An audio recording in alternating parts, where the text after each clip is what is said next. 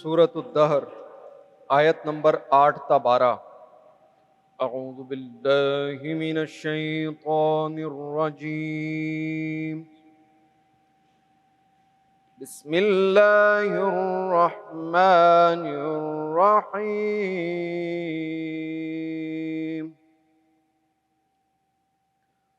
व युतइमून अत्तआम अला हुब्बिही मिस्कीनन व यतीमन व असीरा। इन्नमा नुतइमुकुम लिवजहिल्लाहि ला नुरीदु मिनकुम जज़ाअन वला शुकूरा। इन्ना नख़ाफु मिन रब्बिना यौमन अबूसन क़मतरीरा।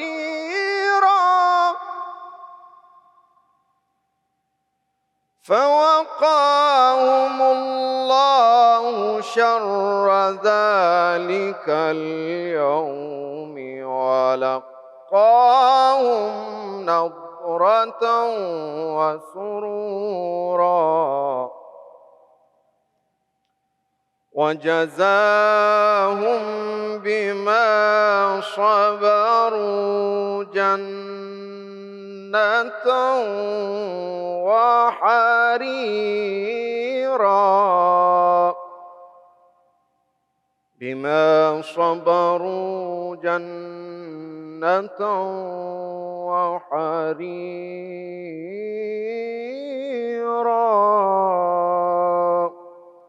सदक़ल्लाहुल अज़ीम। बिस्मिल्लाहिर्रहमानिर्रहीम। और वो इसकी मोहब्बत पर मिस्कीन और यतीम और कैदी को खाना खिलाते हैं। हम जो तुम्हें खिलाते हैं तो ख़ास अल्लाह के लिए, ना हमें तुमसे बदला लेना मकसूद है और ना शुक्रगुजारी। हम तो अपने रब से एक उदास और हौलनाक दिन से डरते हैं। बस अल्लाह उस दिन की मुसीबत से उन्हें बचा लेगा और उनके सामने ताजगी और खुशी लाएगा और उनके सब्र के बदले उनको जन्नत और रेशमी पोशाकें देगा। आज 6 रमज़ान मुबारक है और आज का जो माफ़ कीजिएगा, आज का जो मौजू है वो बहुत इम्पोर्टेंट है। आज हम जो बात करेंगे वो बात होगी तालीम और कारोबार की। अब सवाल ये पैदा होता है कि तालीम और कारोबार एक साथ कैसे चल सकते हैं। मैं जिस ज़माने में स्कूल जाता था उस ज़माने में हमारे स्कूल में ग्राउंड्स हुआ करते थे। हॉकी का ग्राउंड था, क्रिकेट का ग्राउंड था, फुटबॉल का ग्राउंड था, बास्केटबॉल का कोर्ट था, वॉलीबॉल का कोर्ट था एंड ऑफ कोर्स टेनिस। ये तमाम चीज़ें हमारे यहाँ अवेलेबल थी। फिर उसके बाद मैंने देखा कि आहिस्ता आहिस्ता ग्राउंड्स ख़त्म होना शुरू हो गए। क्लासरूम्स की जगह छोटे छोटे कमरों ने ले ली। बड़ी बड़ी इमारतों की जगह स्कूल्स बनने लगे घरों के अंदर। 500 गज के घर पे एक स्कूल बन गया, 240 गज पे स्कूल बन गया, 80-80 गज पे स्कूल्स बनने लगे। जब फारिग तहसील लोग वहां से निकले, यानी जिन्होंने वहां तालीम हासिल की, जब वो बाहर निकले तो पता चला कि तालीम के मामले में वो कहीं पीछे रह गए। अच्छा, ये हाल सिर्फ छोटे स्कूलों का नहीं था, बड़े स्कूलों का भी यही हाल था। बहुत सारे ऐसे स्कूल्स हैं, ऐसे सिस्टम्स हैं जो पाकिस्तान में वाकई बहुत अच्छी तालीम देते हैं, लेकिन बहुत सारे ऐसे स्कूल्स हैं जो बस स्कूल्स हैं, वहां फीसेस ली जाती है। सबसे बड़ी बात ये, आज मैंगो डे है, आज ऑरेंज डे है, आज ये वाला दिन है, आज फ्रेंडशिप डे है, आप ये बना के ले आइए, आप वो बना के ले आइए। अच्छा, फिर जिस किस्म की तालीम दी जा रही है और जो लोग दे रहे हैं, कभी आपने सोचा है कि जब आप एक कपड़ा खरीदने जाते हैं तो आप कितना आर्ग्यूमेंट करते हैं, ये कपड़ा बना कहां से है, किसने बनाया है, किसने डिजाइन किया है, एंड ऑल दैट। लेकिन आप अपने बच्चे की तालीम के लिए उसको ऐसे लोगों के हवाले करते हैं जिन्हें खुद तालीम की जरूरत है। हमारे यहाँ एक कॉन्सेप्ट बहुत देर में आया है और कहीं कहीं पाया जाता है, हर जगह नहीं है। उसे कहते हैं ट्रेन द ट्रेनर, यानी जो ट्रेन कर रहा है क्या उसकी ट्रेनिंग हुई है।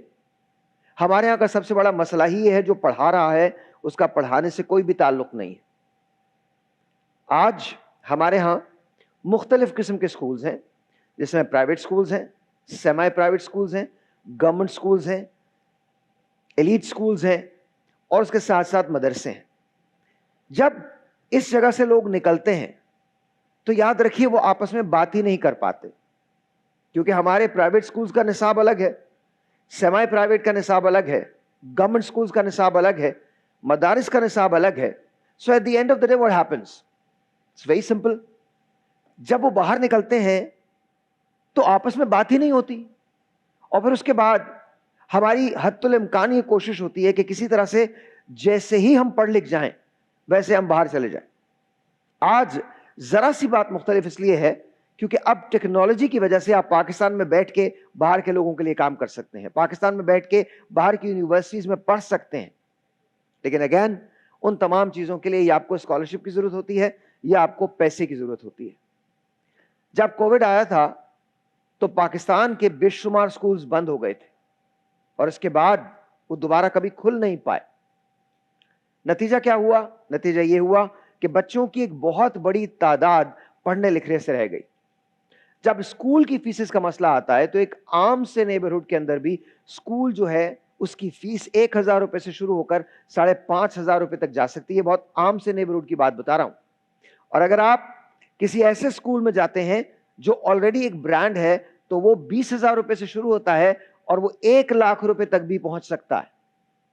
उसके बाद बच्चों की किताबें हैं, बच्चों के बैग्स हैं, बच्चों की स्कूल जो यूनिफॉर्म है वो है, फिर लाने ले जाने का है। और उस पे जो सबसे बड़ी बात होती है वो ये होती है कि जब बच्चा पढ़ लिख के बाहर निकलता है तो नौकरी के लिए उसे मारा मारा फिरना पड़ता है। हम पहला सबक क्या देते हैं जब हम बच्चों को छोड़ने जाते हैं? तो पहला सबक क्या देते हैं कि तुम्हें जहां जगह मिलती है वहां घुस जाओ। ये हम अपने बच्चों को बता रहे होते हैं। पूछिए कैसे? हाँ, ये बड़ा अच्छा सवाल है कि कैसे।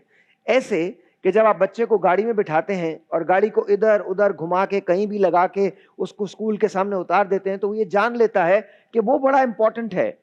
चाहे आप घर से लेट निकलें लेकिन आप हर तरह से दूसरों का हक मार के अपनी गाड़ी को या अपनी मोटरसाइकिल को सबसे आगे लाके खड़ा कर देंगे, क्योंकि आपने स्कूल जाना है या आपने उतरना है।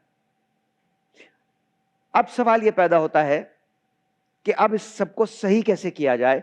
इसके लिए मेरे मेहमान आज बात करेंगे। आप उन्हें जानते भी हैं, उन्हें पसंद भी करते हैं और जाहिर है मैंने आपसे हमेशा कहा है कि आपके सवालात मुझे लेने में मुझे बड़ी खुशी होगी अगर आप मुझे सवाल लिख के भेजेंगे। उसके लिए आप हमारे फेसबुक पे जा सकते हैं, आप हमें इंस्टा पे विजिट कर सकते हैं, मेरे इंस्टा पे जाके मुझे डीएम कर दें। अगर आपका ताल्लुक शोबा तदरीस से तो आप यहाँ आ सकते हैं। If you are an engineer and you want to come and talk to us, आप बिल्कुल आएँ। अगर आप मजदूर हैं, आप हमसे बात करना चाहते हैं, हमारे शो में हमारी ट्रांसमिशन में आना चाहते हैं, बिल्कुल आएँ। अगर आप कराची आने का प्लान कर रहे हैं तो ज़रूर आप मेरे इंस्टा पे जाइए और के इंस्टा पे जाएं या फेसबुक पे चले जाएं, वहां हमें डीएम कर दें, हमें बता दें कि जी आप यहां पर आना चाहते हैं, आप जरूर तशरीफ लाएं। मुझे आपसे बात करके बहुत ज्यादा खुशी होगी। अगर आप नातगोई में दिलचस्पी रखते हैं प्लीज प्लीज डू कम। अगर आप ये समझते हैं कि आपके पास कोई अच्छी बात है लोगों से शेयर करने के लिए और आप हमसे शेयर करना चाहते हैं तो please please come. We look forward to entertain you, to host you and I hope and pray कि जो ट्रांसमिशन हमारी हो रही हैं इससे कोई ना कोई फायदा आपको भी हो और हमको भी हो। देखिए, मैं कभी भी ये नहीं कहता कि आपको मेरी बात सुननी चाहिए, बिल्कुल नहीं सुननी चाहिए, लेकिन आपको अपने दिल की बात जरूर सुननी चाहिए। आपका दिल क्या कहता है, ये वो गेज होता है जो आपको बता देता है कि आप सही हैं या गलत हैं। बस ये याद रखिएगा, eight the end of the day बच्चे हमारा कल हैं, बच्चे हमारा मुस्तकबिल हैं। अगर हमने बच्चों के मुस्तकबिल पर सौदा कर दिया तो फिर कुछ नहीं बचेगा। अगर आप, मैं हवाला दे रहा हूं, अगर आप मगरिब चले जाएं या बाहर के मुल्कों में चले जाएं तो वहां सबसे ज्यादा तवज्जो बच्चों की तालीम पे दी जाती है और यह क्रिमिनल समझा जाता है अगर आप अपने बच्चों को तालीम के मामले में निगलेक्ट करें। आपसे आके पूछते हैं कि क्या आपका बच्चा स्कूल गया है, और अगर वो नहीं गया है तो याद रखिए आपके खिलाफ पर्चे भी कट सकते हैं। और हमारे यहां सबसे आसान काम होता है बच्चे को स्कूल से उठा लेना। हमारे पास पैसे ही नहीं है। गवर्नमेंट स्कूल्स में चले जाएं, अगर आप अंदरून सिंध या और दीगर इलाका जात में जाएं तो आपको पता चलेगा कि वहां ढोर डंगर बनते हैं। तालीम का ये हाल है कि अगर आप उनके असातिज़ा से पूछ लें कि स्पेलिंग की स्पेलिंग क्या है, तो वो आपको ऐसे देखेंगे। मतलब अजीब सी बात है। मैं कोई प्रोग्राम देख रहा था, मुझे याद नहीं, तो वहां उनसे पूछा, जी आपने तालीम कहां से हासिल की? तो कहने लगे मैंने लंदन से हासिल की। तो उन्होंने कहा जी लंदन कहां है? कह लीजिए अमेरिका में। ये तालीम। अब वो डॉक्टर थे कोई किसी गांव में। जब कोरोना आया तो हमारे यहाँ एक बड़ी जबरदस्त बात हुई। सिंध का कोई एक गांव था जिसकी इंस्टा पे एक वीडियो थी, वो लोगों को बिठा के गंजा कर रहा था। तो किसी ने उससे पूछा भाई इससे क्या होगा? कहते भाई जो गंजा होता है उसको कोरोना नहीं होता। अब आप सोचिए, I am not this is very serious. एक ब्रेक लेते हैं जी, ब्रेक के बाद बात करें।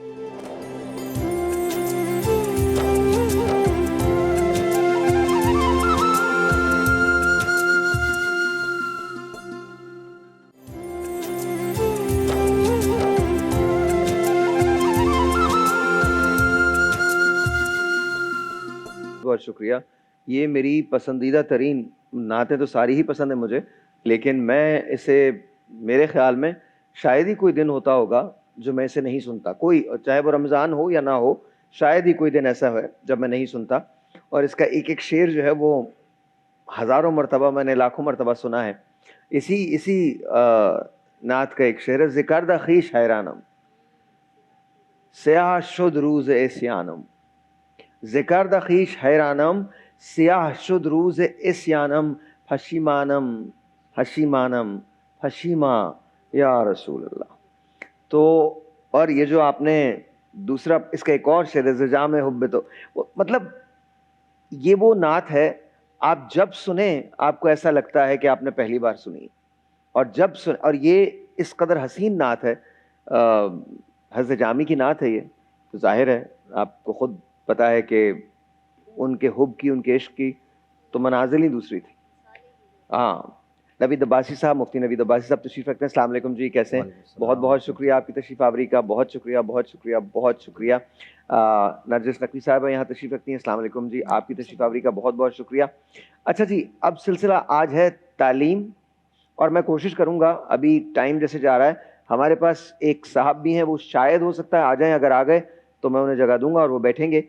लेकिन आज हम बात करेंगे तालीम और कारोबार की। क्या तालीम कारोबार है? ये कारोबारी तालीम है, और आज हम खुल के बात करेंगे। मैंने जब टॉपिक्स का कहा था तो मेरे पास सवालात भी आ गए हैं। आप भी बात कर सकती हैं, आप भी बात, और आप भी बात कर सकते हैं, तीनों लोग। तो अगर आप इजाज़त दें तो सबसे पहले तो मैं एक बहुत रस्मन सा सवाल पूछ लेता हूँ, उसके बाद फिर हम बातचीत शुरू करेंगे। मुफ्ती साहब, क्या लगता है आपको, तालीम है या कारोबार है? नहमदुन व नसल्ली अला रसूलिहिल करीम, अम्मा बाद, बिस्मिल्लाहिर्रहमानिर्रहीम, कुल हल यस्तविल्लज़ीना यअलमून वल्लज़ीना ला यअलमून। देखिए, कुरान मजीद फ़ुरक़ान हमीद ने उसूली तौर पर एक बात इरशाद फरमाई है, हबीब इनसे कहिए क्या इल्म वाले और जाहिल बराबर हैं? और दूसरे मकाम पर नबी अलैहिस्सलाम को ये दुआ सिखाई जा रही है कि आप ये दुआ कीजिए, रब्बि ज़िदनी इल्मा, ऐ अल्लाह मेरे इल्म में इजाफ़ा फरमा। तो अब ये कुरान मजीद फ़ुरक़ान हमीद की तालीमात, नबी अलैहिस्सलाम के फ़रामीन कि तुम इल्म हासिल करो, तुम्हें चीन ही क्यों ना जाना पड़े, ये जो नबी अलैहिस्सलाम का फ़रमान है, और इससे मिलते जुलते जो अरबी के माक़ूले हैं, उतलुबुल इल्म मिनल महदि इलल लाद, तो ये सब ये चीज़ें बता रहे हैं कि हमने तालीम हासिल करनी है, और किस तरह हासिल करनी है वो निज़ाम भी कुरान मजीद फ़ुरक़ान हमीद ने हमें बता दिया। लेकिन फ़ी ज़माना मसला ये है, अभी जो आपने अपने इंट्रो में भी गुफ्तगू की, जिस जानिब आपने इशारा किया कि आज शुमाए किस्मत कि हमने तालीम को कारोबार बना दिया है। या तालीम हासिल इसलिए की जा रही है कि हम कारोबार करें, या तालीम देने वाले उनका नज़रिया ये है कि हमने पैसा जमा करना है।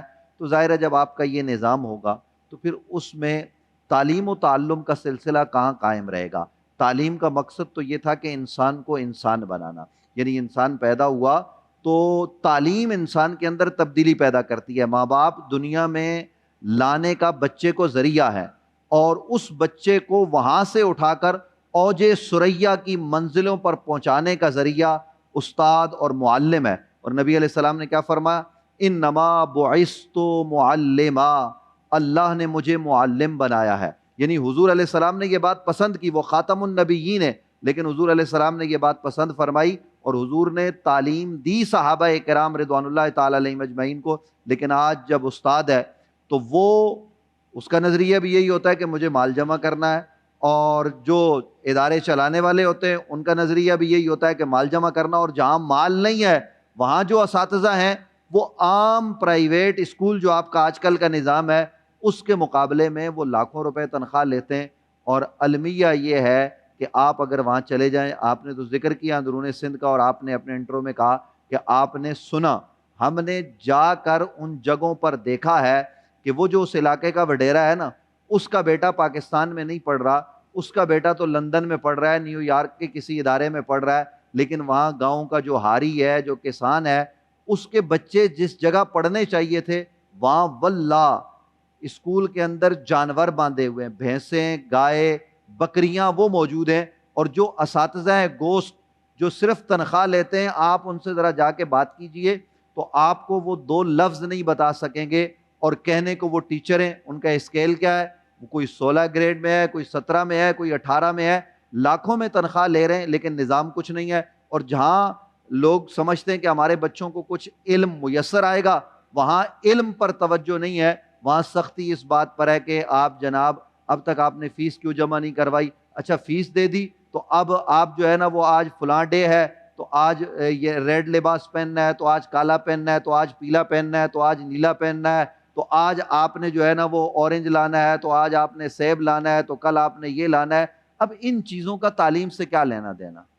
तालीम तो जो नबी करीम सल्लल्लाहु अलैहि वसल्लम ने हमारे सामने जरिया मुतय्यन कर दिया। देखिए जाहिल गंवार आए, नबी अलैहिस्सलाम ने उनको ज़माने का इमाम बना दिया, और उस्ताद निज़ाम बदलता है। यजीद था और यजीद लईन है, बदबख्त है, कायनात का बदतरीन इंसान है। मैं कहता हूँ काफिर भी ऐसा नहीं होगा जैसा यजीद है, लेकिन उस यजीद के घर में पैदा होने वाला बच्चा वो अहले बैत की मोहब्बत से सरशार हो जाता है। वो अपने बाप को जालिम कहता है कि बाप का हक नहीं था वो हुकूमत करता, अब भी अगर तुम चाहते हो हुक्मरान बनाना है तो इमाम ज़ैनुल आबिदीन को बनाओ। ये उसको किसने बताया? ये एक उस्ताद ने बताया जिसके अंदर हक गोई की जुर्रत थी। आज उस्ताद कहाँ हक गोई करता है? आज वही घिसा पिटा सिलेबस पढ़ाया जाता है और जनाब उसके नाम पर पैसे जमा किए जाते हैं। मैं से एक बात मैं जानना चाहता हूँ, अगर आप लोगों की मैंने गवर्नमेंट स्कूल में पढ़ा हूँ तो हमें तो सिलेक्टिव पढ़ाया जाता था, और मैं 10 साल पहले तक मैंने चेक किया था तो सिलेबस वही था जो मैंने पढ़ा था। अब मुझे नहीं पता कि अब निसाब चेंज हुआ या नहीं हुआ, लेकिन 10 साल पहले तक, 10-12 साल पहले तक तकरीबन सिलेबस वही था। एक ब्रेक लेते हैं जी, ब्रेक के बाद फिर कंटिन्यू करेंगे।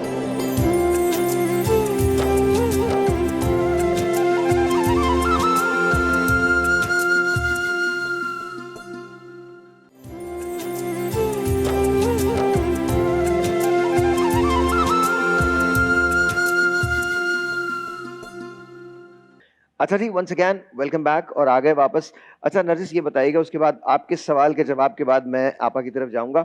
ये और आपा, आप भी इसमें शामिल हो सकती हैं, आप बात कर सकती हैं, आप बता सकती हैं कि आपका एक्सपीरियंस स्कूल्स के साथ कैसा है, आप भी बता सकती हैं। अस्सलाम वालेकुम। वालेकुम अस्सलाम। कैसी हैं आप? ठीक है अल्हम्दुलिल्लाह, बिल्कुल ठीक ठाक अच्छा, है। आपसे भी सवाल करूंगा स्कूल्स के बारे में जब मैं वहां आऊंगा तो। ठीक है ऑलराइट। अच्छा ये बताइए, ये जो भी उन्होंने कहा मुफ्ती साहब ने कि जी सेब का दिन है, आज किनू का दिन है, आज अमरूद का दिन है, आज रेड लिबास का दिन है, आज पीले लिबास का दिन है, आज सूरजमुखी बन के चले जाओ, मतलब वाई? औज़ुबिल्लाहिमिनश्शैतानिर्रजीम, बिस्मिल्लाहिर्रहमानिर्रहीम। हो सकता है मेरी अकल कम हो, मैं ये मानता हूँ, और ये चीज़ें मुझे समझ में ना आ रही हूँ, ये भी मैं मानता हूँ। नहीं, ये बात दुरुस्त है बिल्कुल। अल्लामा साहब ने सही फरमाया कि आजकल जो है वो तालीम का मयार जो है वो बिल्कुल ही गिरता चला जा रहा है, और फोकस तालीम हासिल करना या तालीम देना नहीं है, बल्कि उस तालीम के ज़रिए अपने कारोबार को, अपने स्कूल्स को, अपने जो है वो तमाम जो चीज़ें उनसे मुंसलिक है उनको बढ़ाना। और मतलब असातिज़ा भी आप देखें कि पहले के जो टीचर्स होते थे वो बाकायदा उस्ताद लगता था कि वो उस्ताद हैं, और आजकल का आप देखें कि माहौल और मतलब टोटली चेंज हो चुका है, सारा सिस्टम चेंज हो चुका है। पढ़ाई आप देखें, पढ़ाई के नाम पे तो बच्चे पे ऐसा बोझ डाल दिया है ना कि बच्चा खुशी-खुशी तो स्कूल जाता नहीं है। बच्चे को ज़बरदस्ती भेजा जाता है। अच्छा, ये स्कूल वो हर होना दौर में चाहिए है, था। अल्हम्दुलिल्लाह। मेरा भी दिल कभी नहीं चाहा कि मैं स्कूल जाऊं, पता ऐसा नहीं है। क्यों। जिस दिन हमारे यहाँ स्पोर्ट्स डे होता था ना, उस दिन मैं बहुत खुश होता था, लेकिन अच्छा। Other than that. अच्छा, फिर हमारे यहाँ तो टीचर्स भी ऐसे थे ना। एक हमारे सर होते थे, उनका नाम हमने रखा था स्काई लैब। स्काई लैब एक सैटेलाइट था जो गिर गया था, तबाह हो गया था वो। तो और वो कहीं भी गिर सकता था, लोग उससे डरते थे, तो हम भी डरते थे। उनके पास ना इतनी बड़ी कैन होती थी और ऐसे हाथ होते थे हमारे, और धड़ाधड़ मारते थे वो। जी जी, अल्हम्दुलिल्लाह। आजकल तो ये है ही नहीं ना है सिस्टम जी। के। आजकल तो ये है ही नहीं ना कि आप टीचर्स जो हैं बच्चे को मारना तो बहुत दूर की बात हो गई है, डाँट नहीं सकते कि भई पेरेंट्स नाराज़ हो जाते हैं और आप तो स्कूल का टीचर्स की बात करिए, पेरेंट्स नहीं डांट सकते। पेरेंट्स भी नहीं डाँट मैं सकते, अब आपको तो बता घर रहा हूँ, मेरा एक में दोस्त है, उसका नाम भूपिंदर था। वो वहीं पर रहता था जहाँ मैं रहता था, अमेरिका में। तो एक दिन उसका फोन आया, हुँ। तो कहता है यार, मुझे मेरे बच्चे ने मेरी कंप्लेन कर दी, मुझे पुलिस ले गई है। हाँ, है तो तो सिस्टम। मैंने कहा जी क्यों? कहता है ये मेरे बच्चे ने कहा पुलिस वालों को ये इस पे इमोशनल अत्याचार करता। तो उसके बाद फिर जाके हम उसे छुड़वा के लेके आए। उसके बाद उसने अपने बच्चे के साथ बहुत कुछ किया। उसके बच्चे ने उसके बाद कंप्लेन नहीं की कि इमोशनल अत्याचार क्या होता है। उसके बाद उसने वाकई अत्याचार करके दिखाया कि होता क्या है। जी। बच्चों को राइट्स दे दिए गए हैं और स्कूल सिस्टम और पढ़ाई, तालीम का वही कॉन्सेप्ट है कि तालीम हासिल करना अच्छा, असल बच्चों क्या के चीज़ है। मारने के हक में तो मैं भी नहीं हूँ, मारना नहीं चाहिए, बिल्कुल, वो गलत है। वो बिल्कुल। गलत है, वो आप खाल उधेड़ दें किसी की, और हुँ। अल्लाह ताला पता नहीं कौन सा गुस्सा निकालते थे वो आके हम पे। अब अगर भाभी से लड़ाई हुई है तो इसमें मेरा क्या कसूर है? मैंने तो आपको नहीं बोला ना कि आप शादी करते। हुँ। मैंने तो नहीं कहा आपको कि आप उन्हीं से करते। आपने उनका जितना भी जो खार है वो आपने हम पे आके निकाली। नहीं, ये चीज़ तो बिल्कुल ही गलत है और आजकल आप देख भी रहे हैं कि किस तरह और भी इदारे हैं जहाँ की वीडियोज़ इतनी वायरल आजकल हो जी रही जी, हैं कि किस बिल्कुल तरीके से बिल्कुल। तशद्दुद करके बच्चे को पढ़ाया जा रहा है और ना पढ़ने पे बच्चों को इतना मारा जा रहा है कि वो अपनी जान से हाथ धोने नहीं पे नहीं, उस पे मारने के पहुँच तो हक गया में है। नहीं, मारना गलत तो है। ये शरई चीज़ें तौर तो पर भी बिल्कुल जायज़ नहीं। ही बिल्कुल गलत गलत है। हैं और लेकिन ये कि तालीम इंसान को अक्ल-ओ-शऊर देती है, तालीम इंसान को इंसानियत की महराज पर लेके जाती लेकिन है। लेकिन मगर नरजिस, ये बताइए ना कि तालीम तो शऊर देती है, बट जो तालीम दे रहा है उसे भी तो शऊर होना चाहिए।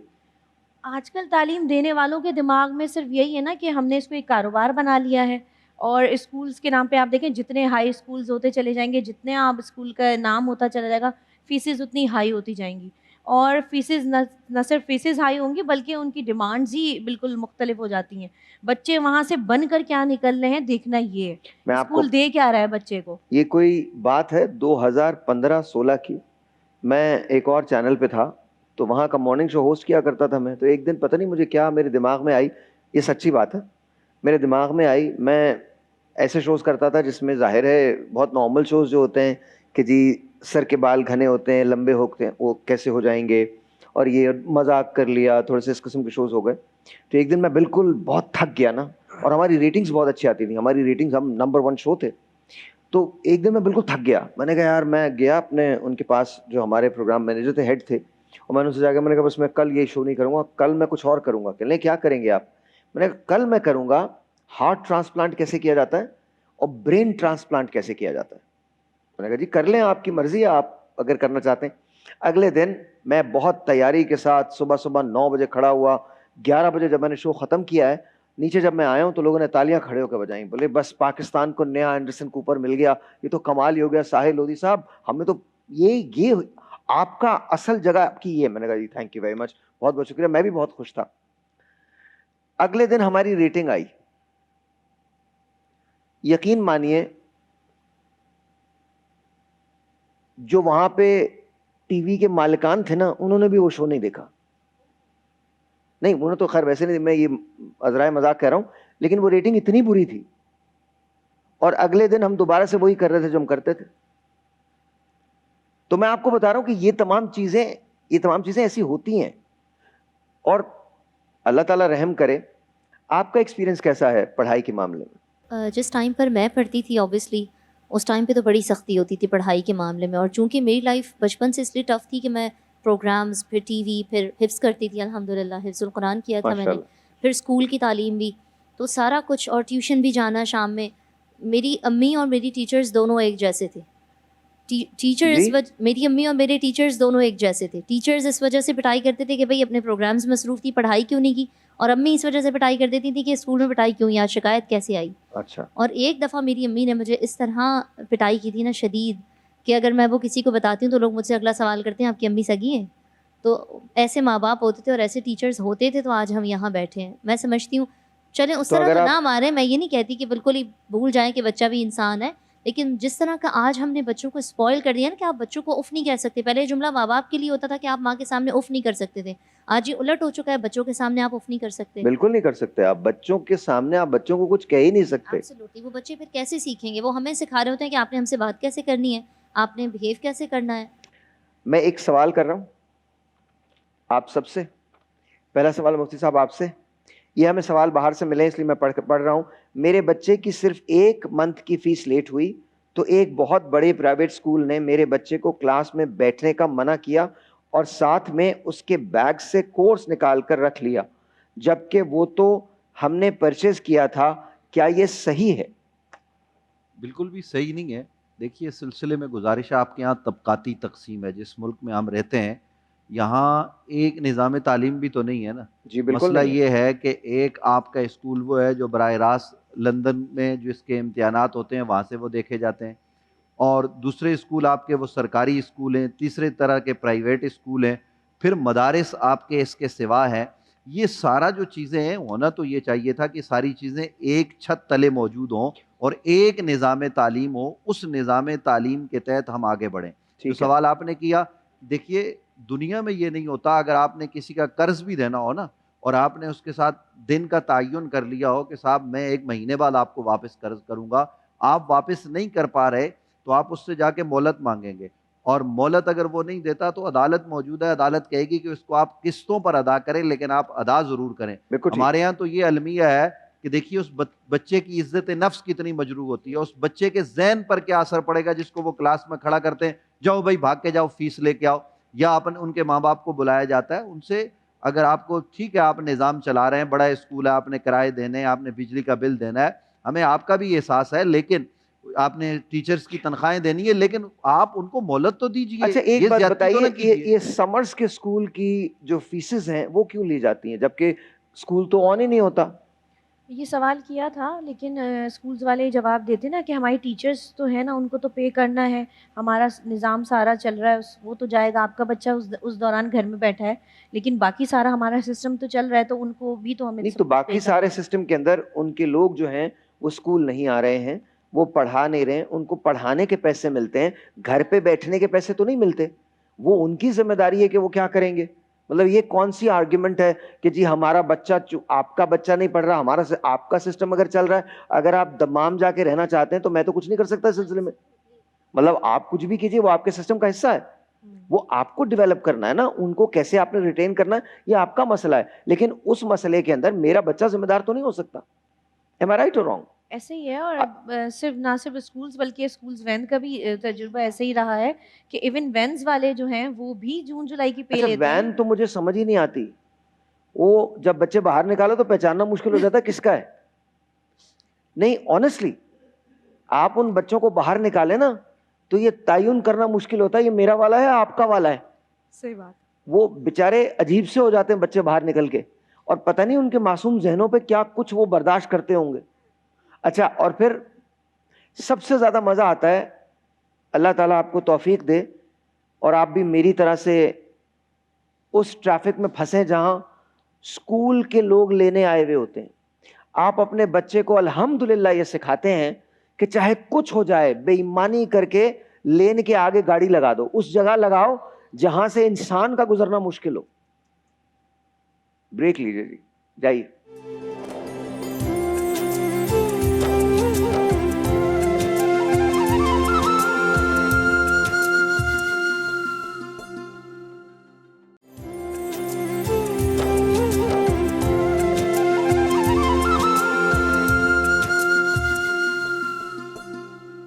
वंस अगैन जी, अस्सलाम वालेकुम, मैं समीन आपा के साथ हूँ। अच्छा, आपने भी तो बच्चों को बड़ा किया, 3 बच्चे माशाल्लाह आपके, उनकी तालीम और फिर ज़ाहिर है आपने अपने ज़माने में तालीम हासिल की, तो बताइए क्या डिफरेंस क्या है? मैंने नोट किया कि जैसे कि हमारे ज़माने में तालीम का जो मेयार था वो बहुत ही अच्छा था। दूसरी कि मैंने तो पंजाब में तालीम हासिल यानी इस्लामाबाद से पढ़ा है, तो मैंने नोट किया था कि वहाँ का तालीम का मेयार और कराची की तालीम में मेयार में बहुत फ़र्क था। अच्छा, मैंने वहाँ पर भी गवर्नमेंट स्कूल में भी पढ़ा है ओके, वहाँ पर, लेकिन उसके बावजूद उसका स्टैंडर्ड यहाँ के हाई स्कूल से ज़्यादा अच्छा, रियली?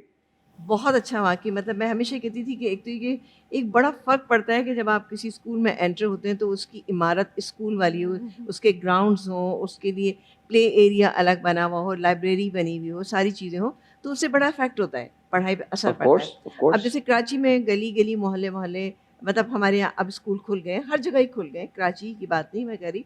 क्योंकि मैंने देखा है कि मैं अपने छोटे बेटे को स्कूल छोड़ने के लिए जाती थी, तो कम से कम गाड़ी में जब उसको मैं लेके जाती थी, खुद लेके जाती थी, तो 10 मिनट की मुझे वॉक करनी पड़ती थी उसके स्कूल तक पहुँचने के लिए। रियली? जी, ओके। इसलिए कि क्या कहते हैं वहाँ पर इतना ट्रैफ़िक होता था कि वहाँ तक गाड़ी को ले जाना बहुत मुश्किल होता था। और जब छुट्टी का टाइम होता था उसका, तो तभी भी मैं उसको वहाँ तक स्कूल तक लेने के लिए जाती थी और 5 से 7 मिनट की वॉक करती बाहर तक आती थी, क्योंकि गाड़ी अंदर ले जाने की परमिशन भी नहीं थी। फिर इतनी गाड़ियाँ, सारी चीज़ें होती थी। दूसरी बात ये है कि मैंने एक चीज़ नोट की कि यहाँ पर अब जो तालीम का मेयार है, मेरे बच्चों ने जो पढ़ा है कि बच्चों को डाँटना नहीं। मैंने अपने छोटे बेटे को, माशाल्लाह वो डॉक्टर है, कामयाब डॉक्टर है, तो उससे जब वो पढ़ रहा होता था तो मैं कहती थी कि ये पढ़ता कम है। तो मैं इसकी चीज़ें अच्छा, हर मदर को यही हर माँ को यही लगता हाँ, है कि कि बच्चे उसका पढ़ते बच्चा पढ़ता नहीं है। जी, जी। मतलब लिटरली मैं आपको बता रहा हूँ कि मैं लेटर ऑन लाइफ में मैं बहुत अच्छा हो गया था पढ़ाई में। इसके बावजूद मेरी अम्मा को भी यही था, तुम पढ़ते कब हो? हाँ, ये बिल्कुल मुझे भी थोड़ा-सा ये शिकवा। मैंने इसकी क्लास टीचर से जाके बात की कि भई उन्होंने मुझे मतलब बाकायदा, जैसे कि उनका जो रवैया था मेरे साथ ऐसा था कि नहीं, नहीं, नहीं, नहीं, आपको इसको पढ़ाने की ज़रूरत नहीं, क्लास में बहुत अच्छा है। देखिए मैंने कहा क्लास में अच्छा है, रिज़ल्ट अच्छा आ रहा है, बट ठीक है मुझे कभी पढ़ता तो नज़र आए। कह रहे नहीं, आपका पढ़ाने का तरीका मुख्तलिफ है, हमारा पढ़ाने का तरीका मुख्तलिफ है, तो इसलिए आप घर पे इसको बिल्कुल ना पढ़ाएँ, जैसे ही स्कूल में पढ़ता है उसी तरीके से। तो मुझे इससे एक ये चीज़ मुझे अच्छी भी लगी कि बच्चा जो स्कूल में पढ़ रहा है वो बहुत अच्छा पढ़ रहा है, और घर में उसकी जो शायद मेरा तरीक़ेकार ज़ाहिर है, मैं पुराने उससे स्कूल ऑफ थॉट से मेरा ताल्लुक़ है, तो मैं पुराने तरीके से पढ़ाती थी। तो मैंने ये नोट किया कि नहीं, ये स्कूल की पढ़ाई सही है। लेकिन स्कूलों का ये मार के एक जो एक बात हो रही थी अभी कि जी फ़ीसें 2-2 महीने की ली जाती हैं। अब जब टीचर्स को घर बैठे तनख्वाहें मिल रही होती हैं, तो वो बच्चे जो बेचारे घर पे बैठे हैं उनके पेरेंट्स की जेबों से क्यों पैसे जा रहे होते हैं? दैट्स एग्ज़ैक्टली है ना? राइट, या। फिर दूसरी बात ये कि चलें स्कूल की हद तक सही है, लेकिन जो बच्चे देखिए हमारे यहाँ मेरा ख़्याल है 70-75% जो लोग हैं उनके बच्चे वैन्स में और बसेस में आते जाते यस, हैं। ऑफ जी, कोर्स, ऑफ तो कोर्स। गाड़ियों में बहुत कम जाते हैं, तो उसकी भी फ़ीसें 2-2 महीने की। अच्छा, फिर वही बात कि मैं अभी सुन रही थी बात कि 1 महीने अगर फ़ीस लेट हो जाती है तो बच्चे को क्लास में बहुत बुरी तरीके से ये बहुत गलत है, बिहेव बहुत किया गलत है, जाता इट्स है। रॉन्ग।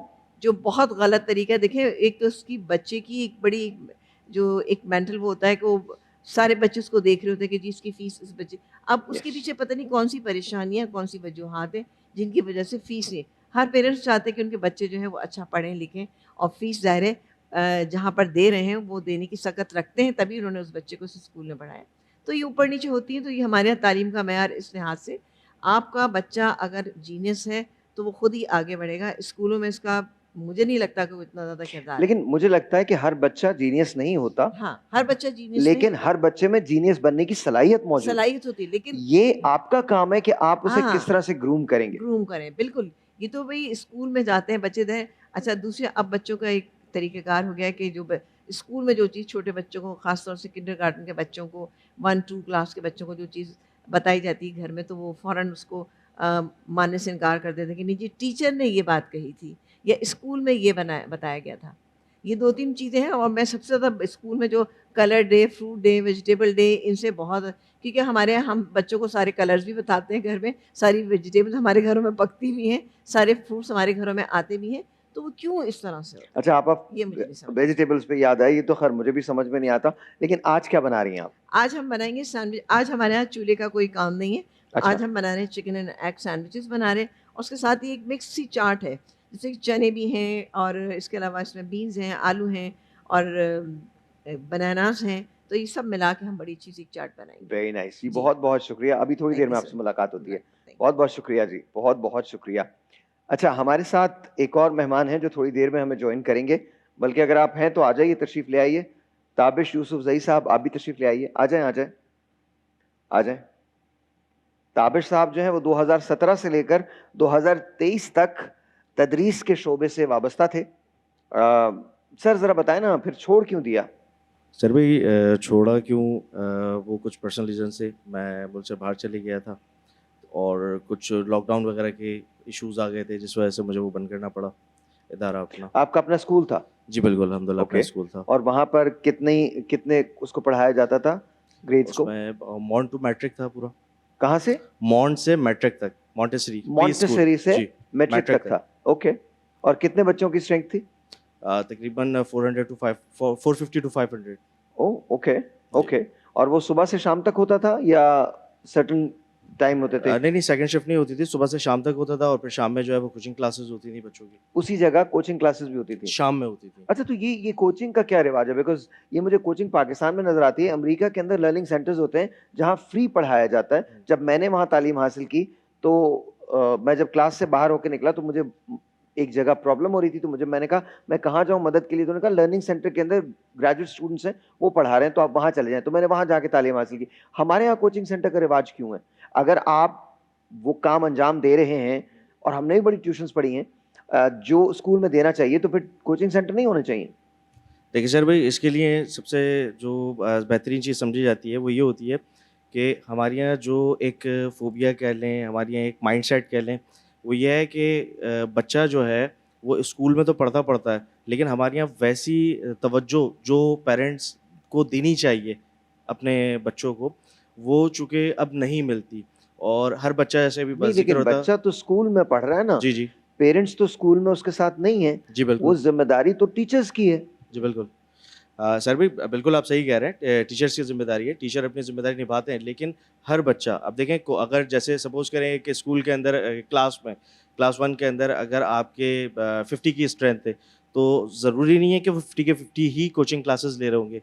कोचिंग क्लासेस लेते ही वो हैं जो कोर्स कवर नहीं कर पा रहे होते अपने लेसन के अंदर। टीचर तो डेफिनेटली क्लास के अंदर पढ़ा रहा है। अच्छा, 50 के 50 उसमें का एजुकेट हमने कर ये रहा है। सुना था, जैसे मैं बाहर के स्कूल की मिसाल देता हूँ कि वहाँ एक्स्ट्रा आवर्स में आपको स्कूल ही फैसिलिटेट करता है, वो आपसे एक्स्ट्रा चार्ज नहीं करता, स्कूल उसी के अंदर आपको फैसिलिटेट करता है। मतलब वो ये कहता है कि जी ये बच्चा थोड़ा सा पीछे है तो इनको हम एक्स्ट्रा क्लासेस देते हैं, वो स्कूल ही करता है वहाँ। अमेरिका की बात कर रहा हूँ मैं, तो हमारे यहाँ ये रिवाज नहीं है। नहीं सर भाई, इसके अंदर भी थोड़ा सा इख्तलाफ है। वो इख्तलाफ कुछ इस तरीके का है कि हमारे यहाँ जो एक शुरू से अगर मैं अपना आपको बताऊं तो हमारे यहाँ कुछ इस तरीके से होता था कि जब मैं स्कूल जाता था और स्कूल से आता था तो स्कूल से आने के ऊपर मदरसे में अलग पिटाई होती थी कि लेट क्यों हो गए। वो ये एक्सक्यूज़ नहीं सुनते थे कि आप स्कूल से लेट आए हैं, एक्स्ट्रा क्लासेस थी या ट्रैफिक बहुत ज़्यादा था, क्या था। उन्होंने बोला आपको ऑन टाइम है तो आना है तो आना है। और हमारे यहाँ डेफिनेटली हमारे यहाँ तकरीबन अगर 100 में से आप काउंट करें 80% मेजॉरिटी जो है वो यही है कि या तो बच्चा खुद मदरसे जाता है दोपहर के टाइम पे स्कूल आवर्स के बाद, या कारी साहब खुद पढ़ाने के लिए आते हैं। ये वाला एक है, तो उसमें फिर एक्स्ट्रा क्लासेस नहीं हो पाती। हमने खुद भी एक्स्ट्रा क्लासेस हम रखते थे, चीज़ें करते थे, लेकिन उसमें पेरेंट नहीं आता। डेफिनेटली पीछे से प्रेशर होता है मदारिस का, चीज़ों अच्छा, का। आपने स्कूल बंद क्यों कर दिया अपना? उसके पीछे रीज़न जो था एक सबसे बड़ा वो ये था कि कोविड हमने जो निकाला, कोविड के बाद फिर वो चीज़ें नहीं रहीं, चीज़ें एक्सपेंसेस पूरी नहीं होने लगे और फिर उसके बाद जो इदारा बंद करना, बहुत सारा हमने फेस किया प्रॉब्लम और काफ़ी चलाने की बहुत ज़्यादा कोशिश की, लेकिन वो नहीं चल पा रहा था फिर उस तरीके से। आपके स्कूल की फीस कितनी हुआ करती थी? सर भाई मेरे स्कूल की फ़ीस 2500 रुपये थी, 2500। यस। और ये मॉन्टेसरी की थी? जी प्री स्कूल की। प्री स्कूल की 2500 रुपए? प्री स्कूल मॉन्ट सीनियर जूनियर हम प्री स्कूल का। Okay okay. और उसके बाद जो मैट्रिक में थे उनकी? सेम रिमेन सेम, सब चीज़ें सेम चल रही होती हैं। उसके अंदर बस होता ही है कि जो अपर लेवल्स पे सेकेंडरी में चले जाते हैं तो उसके अंदर जो होती हैं वो प्रैक्टिकल्स वगैरह अच्छा, वो होते ये हैं, कहते हैं कि एक खास जगह से आपने यूनिफॉर्म लेना है, एक खास जगह से आपने बुक्स लेनी है। अभी मेरे पास एक सवाल आया है, ये बड़ा हैरत अंगेज सवाल है कि मेरे बेटे ने क्लास 1 पढ़ के 2 में वो आया और बेटी अब 1 में आई है, लेकिन स्कूल ने बेटे की बुक्स यूज करने का मना कर दिया क्योंकि फॉन्ट चेंज हुआ है, न्यू फॉन्ट की न्यू बुक्स। फॉन्ट चेंज होने से क्या होता है? सर भी देखें इसके अंदर जो है स्कूल का आप जिक्र कर रहे हैं कि स्कूल ने मना किया है, लेकिन स्कूल जो है फ़ॉन्ट चेंज होने के ऊपर अगर स्कूल को स्पेसिफिक एक स्कूल या 2 स्कूल 3 स्कूल कर रहे हैं तो हम पूरी ऑर्गेनाइजेशन या पूरे जो हमारी प्राइवेट ऑर्गेनाइजेशन है हम उसको टारगेट नहीं। अब हमारे यहाँ ऐसा नहीं है, या हमसे रिलेटेड जो और नहीं, इदारे मैं हैं वो किसी उनके को अंदर टारगेट नहीं कर रहा, मैं तो पूछ रहा हूँ क्योंकि मुझे समझ में नहीं आई देखिए ये बात। मैं इस सिलसिले में एक गुजारिश करना चाहता हूँ। मैं खुद स्कूल चलाता हूँ सर अल्हम्दुलिल्लाह। इब्तिदा से मैट्रिक तक हमारा स्कूल है। ज़ाहिर है मैं खुद तो वहाँ नहीं बैठता, लेकिन हमने पूरा एक निज़ाम कायम किया हुआ है। दूसरे प्राइवेट स्कूल के लोग हमारे जो स्कूल के इंचार्ज हैं उनको बुलाते हैं और उनसे बात करते हैं कि जनाब आपने निज़ाम ख़राब किया हुआ है, आप कम से कम फ़ीस रखी हुई है, आपने यतीम के लिए फ्री रखा हुआ है, जो फ़ीस नहीं दे सकते आप उनसे फ़ीस नहीं ले रहे, आप कहते हैं उर्दू बाज़ार से जाके खुद कापियाँ ख़रीद कर ले आएँ, खुद किताबें ले आएँ, ये आप क्यों कर रहे हैं? आपने पूरे स्कूलों का निज़ाम ख़राब कर दिया है। ये दूसरे प्राइवेट स्कूल, मेरा स्कूल है ABY इस्लामिक स्कूल के नाम से, वहाँ ये सब मुझे जब वो टीचर्स बताते हैं जो वहाँ पे सारे निज़ाम को देखते हैं, हम तो महीने बाद उनको चेक करते हैं, तो वो ये सारी चीज़ें हो रही हैं। तो अब आप देखिए कि ये तो पूरा एक माफिया है, एक सिस्टम है। मैं खुद स्कूल चला रहा हूँ ना, लोग वालिदैन मेरे पास आते हैं, ये कितना बड़ा माफिया है कि जी कापियाँ खुद अपनी छापेंगे, वही कॉपी जिस पे आप लिख सकते हैं वो 50 रुपए की मिलने वाली 100 रुपए की वो आपको 500 रुपए की चार्ज करेंगे। और जो आपने बात की बड़े बड़े स्कूल, हम रास्ते से गुजरते हैं, कई दफ़ा ये होता है कि हमारा जुम्मा लेट हो जाता है, अगर किसी मॉर्निंग शो Yes. वगैरह में जाना हो तो ये गाड़ियां जो बड़े स्कूलों के बाहर, उनकी बदमाशी बनी हुई है। बड़े बड़े रोड, मेन रोड ब्लॉक होते हैं, बिल्कुल यानी block उनका होते कोई सिस्टम नहीं है। आप ये चले जाएं क्लिफ्टन के इलाके में, मैं अब स्कूलों के नाम नहीं लेना चाहता, तो ये जो तबकाती तकसीम है, ये जो निज़ाम है, इसमें हम किधर जा रहे हैं? हमें चाहिए कि हमारे हुक्मरानों को भी चाहिए, जो वजारत तालीम है उसको चाहिए, सूबाई कौमी, आजकल तो चूंकि इन्होंने जो है ना वो सूबों को इनपावर किया है, तो उनको चाहिए कि वो मैदान में आएँ और मैदान में आकर जनाब इसका कोई सिस्टम बनाए। जब ये सिस्टम बन जाएगा ना तो वालिदैन को पता होगा कि भाई हमने किस तरीके से अपने बच्चों को लेके आगे बढ़ना है। अब तो सूरत हाल ये है कि अभी बच्चा पैदा नहीं होता, पहले से स्कूल में जाके जनाब आप उसकी रजिस्ट्रेशन करवाएं, और फिर जो है ना वो कोई आदमी दाखिला करवाना चाहता है तो उसको दाखिला नहीं मिलता। ये ऐसे अजीबो गरीब मामलात हैं, इस पर हम इन्ना लिल्लाहि व इन्ना इलैहि राजिऊन नहीं कह सकते। नहीं, मतलब बच्चा पैदा नहीं होता, और ये बात सच है, बच्चा पैदा नहीं हुआ है और आपको उसका इंदराज करवाना होता है। तालीम जिसको हासिल करना नहायत आसान होना चाहिए था इस माशरे में, उसको उतना ही मुश्किल बना दिया है कि तालीम से दूर होता चला जाए इंसान। कौन पढ़ा सकता है आजकल? वो पढ़ा सकता है जिसके पास लाखों की फीस देने के पैसे हों। लेकिन अब आपको ठीक पता है। है ना, आज से 2 दहाइयों के बाद स्कूल्स विल बी ऑब्सोलीट। तमाम चीजें जो हैं वो तब्दील हो जाएंगी। और चीजें किस तरह से तब्दील होंगी? अब आप वर्चुअल स्कूल्स के अंदर जाएंगे, अब आपके हुनर की वैल्यू होगी। हमने एक जमाने में पढ़ा था, ratification is the best qualification for examination. एक जमाने में पढ़ा था ना हमने, तो हम उसी को मद्देनजर रखते हुए अमेरिका चले गए। जब वहां गए तो जिस यूनिवर्सिटी में मेरा एडमिशन हुआ, वहां मुझे पता चला कि ओपन बुक टेस्ट होते हैं। ओपन बुक टेस्ट होते हैं यानी आप बुक्स रख सकते हैं। हम तो यहाँ, मतलब मैंने तो कभी बूटी नहीं बनाई, लेकिन लोग बूटियां बनाते थे, लेके जाते थे, फिर पकड़े जाते थे। तो जब वो ओपन बुक टेस्ट की बात आई तो बड़ी हैरान कुन थी मेरे लिए। मैं बड़ा खुश हुआ, मैंने कहा ओहो क्या बात है, अब तो यूं पास होऊंगा मैं, कोई मसला नहीं। जब पहली मरतबा मैंने ओपन बुक टेस्ट दिया तो मुझे अंदाजा हुआ दुनिया का मुश्किल तरीन टेस्ट जो है वो ओपन बुक टेस्ट होता है, क्योंकि अब आपके कॉन्सेप्ट के समझने का इम्तहान है। अब आपके या उन्हें इस बात से कोई दिलचस्पी नहीं है कि एक सर्टेन डेट को कौन सा वाकया हुआ था। वो ये कह रहे हैं अगर मैंने आपको आर्किमिडीज का कोई लॉ पढ़ाया है तो उसके पीछे की जो इक्वेशन है और उसके जो वेरिएबल्स हैं, क्या आप उसको समझ रहे हैं? मैं खुद अपनी पीएचडी कर रहा हूँ एस्ट्रोफिजिक्स में, और मैंने जो इक्वेशन डेवलप की है उसके अंदर मेरे पास, जब मैंने इनिशियली शुरू किया था तो मेरे पास 17 कॉन्स्टेंट्स थे। आज वो रिड्यूस होकर 3 रह गए हैं, लेकिन स्टिल, और मैं, लोग इसको शायद बुरा मानेंगे, लेकिन आप यकीन जानिए रिसर्च जो है वो हमारे यहाँ नहीं है, रिसर्च बाहर ही होती है। ब्रेक लेते हैं।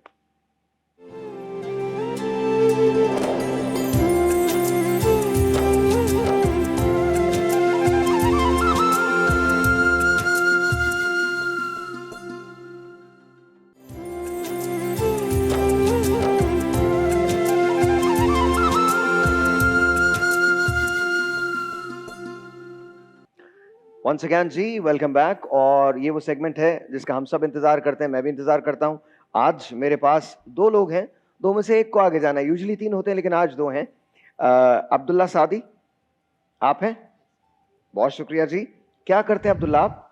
मैं मदरसे पढ़ता हूँ, दीनी तालीम हासिल कर दीनी रहा तालीम हासिल कर रहे हैं, और आगे क्या इरादा है? हूँ और मैं कॉलेज भी पढ़ता हूँ, फर्स्ट ईयर मैंने किया हुआ है। फर्स्ट ईयर किया हुआ है, जी। ओके। और सेकंड ईयर में भी जा रहे हैं आप? जी जी। तो फर्स्ट ईयर में क्या प्री इंजीनियरिंग है, मेडिसिन है, ये क्या है? फर्स्ट ईयर में ह्यूमैनिटीज़ कर रहा हूँ, आर्ट्स में। क्या कह रहे हैं? आर्ट्स आर्ट्स में कर रहे हैं, ह्यूमैनिटीज़। ओके जी। ओके, आर्ट्स में कर रहे हैं। और उसके बाद आगे?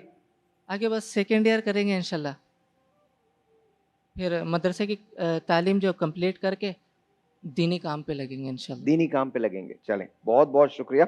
मोहम्मद आजम हुसैनी साहब जी, आप क्या करते हैं बेटा? मैं स्टूडेंट हूँ, मदरसे का दीनी तालीम हासिल कर रहा हूँ। जोर से आपको थोड़ा सा बोलना पड़ेगा प्लीज, थैंक यू। थोड़ा आप भी जोर से बोलिएगा जी। मैं दीनी तालीम हासिल करता हूँ मदरसे में, ओके। और मैट्रिक की हुई है, अभी फर्स्ट ईयर हूँ अभी फर्स्ट ईयर में हैं। जी। और आगे इंशाल्लाह। आप भी इंटर के बाद दीनी तालीम हासिल करेंगे? जी वेरी नाइस। और आप दोनों एक ही मदरसे से ताल्लुक रखते हैं? जी। जी। और उस मदरसे का नाम क्या है? जामिया सुफ़ा। सॉरी? जामिया सुफ़ा। जामिया सुफ़ा। चलिए जी, बहुत मुबारक हो। 2 मरहले होते हैं इस खेल के। पहले मरहले के अंदर चूंकि 15 सवाल होते हैं और 3 लोग थे, इसलिए मैंने पहला सवाल जो है इसको हटा दिया है। अब 7 सवाल करूंगा मैं आप लोगों से। आप एक सवाल के 5 नंबर हैं, अगर सही जवाब दे दिया 7 सवाल आपसे होंगे और 7 सवाल आपसे होंगे। आपके पास चॉइसेस होंगी, आप उन चॉइसेस में से चुन के मुझे एक सही जवाब बता दीजिएगा। लेकिन ये याद रखिएगा, नेगेटिव मार्किंग नहीं है। अगर आपने जवाब दिया है, गेस करके जवाब दिया और जवाब गलत है तो नेगेटिव मार्किंग नहीं है। लेकिन अगर आपका जवाब सही है तो आपको 5 नंबर उसके मिल जाएंगे। ये हमारा पहला मरहला है जो 7 सवालात पे मुश्तमिल होगा। तैयार हैं आप लोग? जी। ऑलराइट जी, हम शुरू करते हैं। सबसे पहले मोहम्मद आजम हुसैनी साहब, आपसे सवाल है जी। कौन सी सूरा में बिस्मिल्लाह 2 मरतबा आई है? कौन सी सूरा में बिस्मिल्लाह 2 मरतबा आई है? सूरह बकरा, सूरह आले इमरान, सूरह नमल या सूरह तौबा? सूरतुन नमल। सूरह नमल। जी। बढ़ाइए, धड़कने बढ़ाएं जी। पता है? मालूम है? गैस तो नहीं है? पक्का? जवाब दुरुस्त है। सवाल को गौर से सुनिएगा। मीनारे पाकिस्तान का डिजाइन, मीनारे पाकिस्तान का डिजाइन किसने बनाया था? मियां अब्दुल खालिक, नसरुद्दीन मरात, हाफिज मोहम्मद यूसुफ सदीदी या मुख्तार मसूद? फर्स्ट ऑप्शन मीनारे पाकिस्तान का डिजाइन, यस। आपने कहा फर्स्ट ऑप्शन मियां अब्दुल खालिक, जी। पक्की बात है? आपको ये पता है या आपने गेस किया है? गेस्ट किया है। गेस किया है।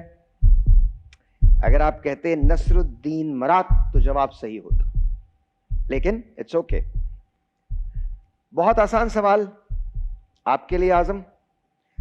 कराची के बाद पाकिस्तान का दूसरा बड़ा शहर कौन सा है? रावलपिंडी, हैदराबाद, लाहौर या फैसलाबाद? कराची के बाद पाकिस्तान का दूसरा बड़ा शहर रावलपिंडी, हैदराबाद, लाहौर या फैसलाबाद? लाहौर।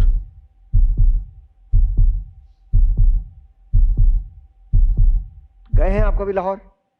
जी। कैसा लगता है? अच्छा। अच्छा लगता है? जी। तो जवाब भी सही है। Very nice. सवाल गौर से सुनिएगा। उन सदर मुमलिकत का नाम बताएं जो पाकिस्तान के आखिरी गवर्नर जनरल भी थे। लियाकत अली खान, कायदे आजम मोहम्मद अली जिन्नाह, गुलाम मोहम्मद या सिकंदर मिर्जा? सिकंदर मिर्जा। सिकंदर मिर्जा, पक्की बात है? पक्की? यस। ऑलराइट। पहले गवर्नर जनरल कौन थे? पहले गवर्नर कायदे आज़म मोहम्मद अली जिन्नाह थे। पहले गवर्नर जनरल कायदे आजम मोहम्मद अली जिन्नाह। सिकंदर मिर्जा जवाब सही है। आपके लिए सवाल, पुलिस का महकमा किस खलीफा के दौर में बना? हजरत उमर फारूक, हजरत उस्मान गनी, हजरत अली करमल्लाह वजह या फिर हजरत अबू बकर सिद्दीक? हजरत उमर फारूक रज़ी अल्लाह। सोच लीजिए, सोचिए सोचिए। सोच लिया? आप हमारे यहां किसी को जानते हैं? नहीं। किसी को भी नहीं जानते? पक्की बात है? जवाब सही है। All right. मेराज के मौके पे हजरत मोहम्मद सल्लल्लाहु अलैहि वसल्लम की मुलाकात पहले आसमान पे किस नबी से हुई? हजरत याह्या अलैहिस्सलाम, हजरत आदम अलैहिस्सलाम, हजरत याकूब अलैहिस्सलाम या हजरत इदरीस अलैहिस्सलाम? हज़रत आदम अलैहिस्सलाम। पक्का? यस। डन, यही जवाब है। सवाल गौर से सुनिएगा। गुद्दू बैराज के करीब कौन सा शहर आबाद है? गुड्डू बैराज के करीब या गुद्दू बैराज के करीब कौन सा शहर आबाद है? उमरकोट, नवाबशाह, कश्मोर या ठट्टा?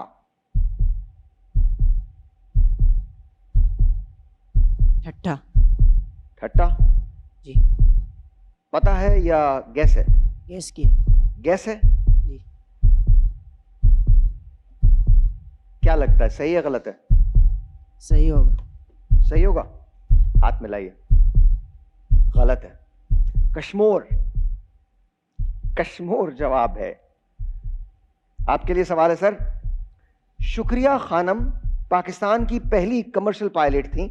बताइए इन्हें कमर्शियल पायलट का लाइसेंस कब दिया गया? डेट बतानी है सन के साथ। 12 जुलाई 1960, 12 जुलाई 1961, 12 जुलाई 1958 या 12 जुलाई 1959? यानी 12 जुलाई तो है, अब साल बता दीजिए। 1960, 1961, 1958 या 1959? 1958। पता है आपको या गैस है? गेस किया है, गलत भी हो सकता है, गलत भी हो सकता है सही भी हो सकता है। और सही भी हो सकता है। कितने फीसद लग रहा है कि गलत है? 50-50%। 50-50? कितने? पहला वाला 50 सही लग रहा है या गलत लग रहा है? दिल क्या कह रहा है? दिल कह रहा है कि 1958 ही है। दिल कह रहा है 1958 है। गलत। दिल की बात मत सुना कीजिए, झूठ कहता है।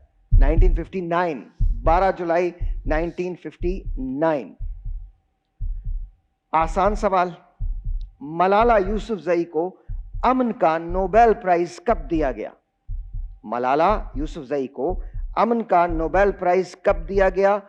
डेट है 10 अक्टूबर की। ठीक है जी, डेट बता दी मैंने आपको।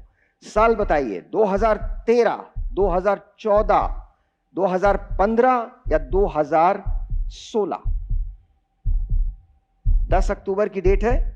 2013, 2014, 2015 या 2016? 2013। 2013? जी।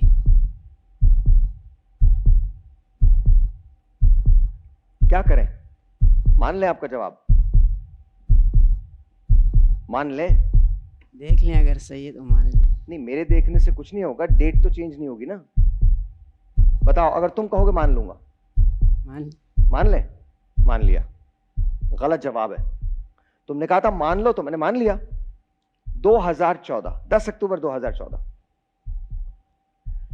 खातून पाकिस्तान गर्ल्स कॉलेज की बुनियाद कराची में किसने रखी थी? खातून पाकिस्तान गर्ल्स कॉलेज की बुनियाद कराची में किसने रखी?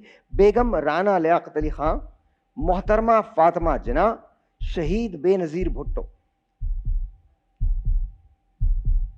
बेनजीर भुट्टो। खातून पाकिस्तान गर्ल्स कॉलेज कराची, बुनियाद किसने रखी? आपने कहा शहीद मोहतरमा बेनजीर भुट्टो। सही जवाब है मोहतरमा फातिमा जिना। आखिरी गजवा कौन सा था? गजवा बनी सलीम, गजवा बहरीन, गजवा तबूक या गजवा खंदक? गजवा तबूक। गजवा तबूक? पक्की बात है? दुरुस्त जवाब है। किस पैगंबर के जमाने में कारून जमीन में धंस गया था? हजरत ईसा अलैहिस्सलाम, हजरत इब्राहीम अलैहिस्सलाम, हजरत मूसा अलैहिस्सलाम या हजरत यूसुफ अलैहिस्सलाम? हजरत इब्राहीम अलैहिस्सलाम। हजरत इब्राहीम अलैहिस्सलाम? यस। कारून? हजरत मूसा अलैहिस्सलाम? फारस का आतिशकदा जो आप सल्लल्लाहु अलैहि वसल्लम की विलादत से बुझ गया था, वो कितने साल से जल रहा था? 100 साल से, 500 साल से, 800 साल से या 1000 साल से? 1000 साल से। 1000 साल से दुरुस्त जवाब है, बिल्कुल सही। बड़ा आसान सवाल है। वादी हुंजा के लोगों का मकबूल तरीन खेल कौन सा है? वादी हुंजा के लोगों का मकबूल तरीन खेल कौन सा है? क्रिकेट, हॉकी, कबड्डी या पोलो? कबड्डी। वादी हुंजा, कभी तुमने हुंजा में कबड्डी देखी है? देखा ही नहीं है। हुंजा देखा ही नहीं? नहीं।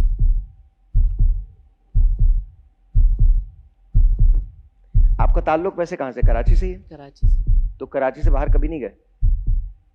बहुत कम गए। कहाँ गए थे? लाहौर गए थे, पंजाब की साइड। पंजाब की साइड गए, आगे नहीं निकले? नहीं। जाइएगा तो देखिएगा, वादी हुंजा बहुत ज़बरदस्त है और वहाँ का मकबूल तरीन खेल जो है वो पोलो का है। Very nice, very well done. अच्छा जी, एक छोटा सा ब्रेक है, आपसे मिलते हैं ब्रेक के बाद। ब्रेक के बाद एलिमिनेशन राउंड शुरू होगा। इस राउंड में किसको फतेह हासिल है ये बताएंगे ब्रेक के बाद।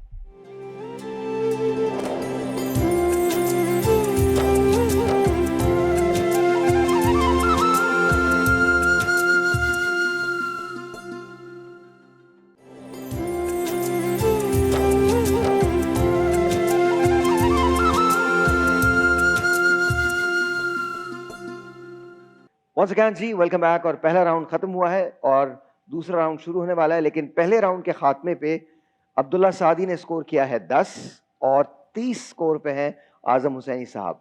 यही है? ऑलराइट, तैयार हैं? ये अभी किसी का भी गेम है, डोंट वरी अबाउट इट, किसी का भी गेम है। ये देख लीजिए कि मेरे पास 4 सवालात हैं दोनों के लिए, ठीक है? अच्छा, दूसरा मरहला थोड़ा सा ट्रिकी है। ट्रिकी से मुराद ये है कि मैं आपसे 4 सवाल करूंगा आपसे और 4 सवाल करूंगा आपसे। अगर जवाब आपको नहीं पता है तो आप जवाब नहीं देंगे, गेस मत कीजिएगा। आपका गलत जवाब आपको नेगेटिव मार्किंग दिलवाएगा, यानी आपको नेगेटिव 10 मार्क्स लग जाएंगे। दैट मीन्स कि आपकी लीड, अगर आपने 3 सवालात के जवाब गलत दिए तो आपकी लीड खत्म हो सकती है। अगर आपने 1 सवाल का जवाब गलत दिया तो आपकी लीड खत्म हो सकती है। यह भी मुमकिन है कि अगर कोई सवाल जो मैंने इनसे पूछा हो उसका जवाब आपको आता हो तो आप दे सकते हैं, लेकिन याद रखिएगा गेस नहीं कीजिएगा। गलत जवाब पे नो मैटर कि टर्न किसकी है, आपकी नेगेटिव मार्किंग होगी, ठीक है? इस मरहले में हर सवाल के 10 पॉइंट्स हैं। शुरू करें, आपसे शुरू करते हैं आजम हुसैनी साहब। गारे सौर और गारे हिरा किस शहर में वाक़ हैं? गारे सौर और गारे हिरा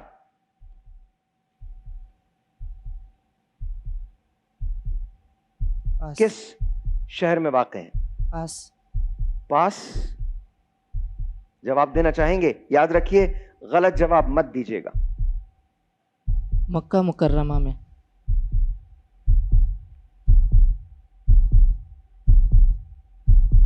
जवाब तो आप दे चुके। कितना लगता है आपको कि आपका जवाब सही है? मक्का मुकर्रमा में ही। हुजूर अलैहिस्सलाम जब हिजरत के लिए निकले थे तो 3 रोज़ आप गारे सोर में आपने क़याम किया था, फिर वहाँ से मदीना की तरफ निकले थे हिजरत के लिए, तो आई थिंक मक्का में ही होगा। You think right? Very nice, very nice. जी, मैंने कहा था ना किसी का भी मुकाबला है। अभी आपने कोई जवाब अभी आपके पास सवाल नहीं आया है, लेकिन आपने 10 पॉइंट स्कोर कर लिए हैं। अब आपसे इनका फासला सिर्फ 10 पॉइंट्स का रह गया है। अगर आप ये जवाब दे देते हैं जो इस वक्त पूछने जा रहा हूं मैं, तो आप इनके बराबर आके खड़े हो जाएंगे लाइफ। उफ, ये तो आपको पता ही पता है, किस्मत हो तो ऐसी हो। मदीना मुनव्वरा का पुराना नाम क्या था? यसरब। मुकाबला अब बराबर हो गया है। माशाल्लाह, very well done, very well done. Alright जी, घबराइए मत, आप भी ले सकते हैं। आपका सवाल इंतहा से ज्यादा आसान आया। मुताला पाकिस्तान तो आपने सोशल स्टडीज तो पढ़ी होंगी ना। फैसलाबाद का पुराना नाम क्या था?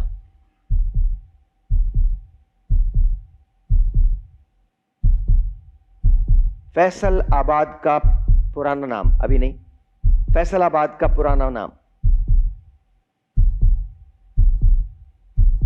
पास। इसको आपने पास किया है, आपको पता है?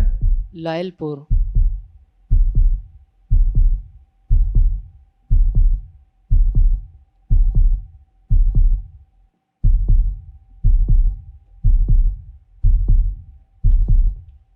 इस जवाब के बाद ये आपसे 10 पॉइंट्स आगे हो गए। Well done. लेकिन अभी बहुत वक्त है। Here we go. इंतहाई आसान सवाल। पाकिस्तान के किस क्रिकेटर को लिटिल मास्टर कहा जाता था? पाकिस्तान के किस क्रिकेटर को लिटिल मास्टर कहते थे? पास। पास। पास। आप भी पास? हनीफ मोहम्मद साहब। ऑलराइट, ये आपको आना चाहिए। कायदे आजम मोहम्मद अली जिन्ना की नमाज जनाजा किसने पढ़ाई थी?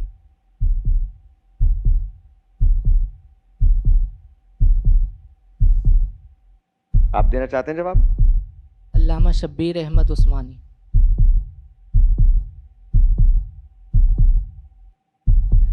तुमने सवालात देखे तो नहीं है ना? किसी ने बताया तो नहीं है? नो। पक्की बात है? तो ये क्या हुआ क्या अचानक से? Well done. अल्लामा शब्बीर अहमद उस्मानी, बिल्कुल सही है।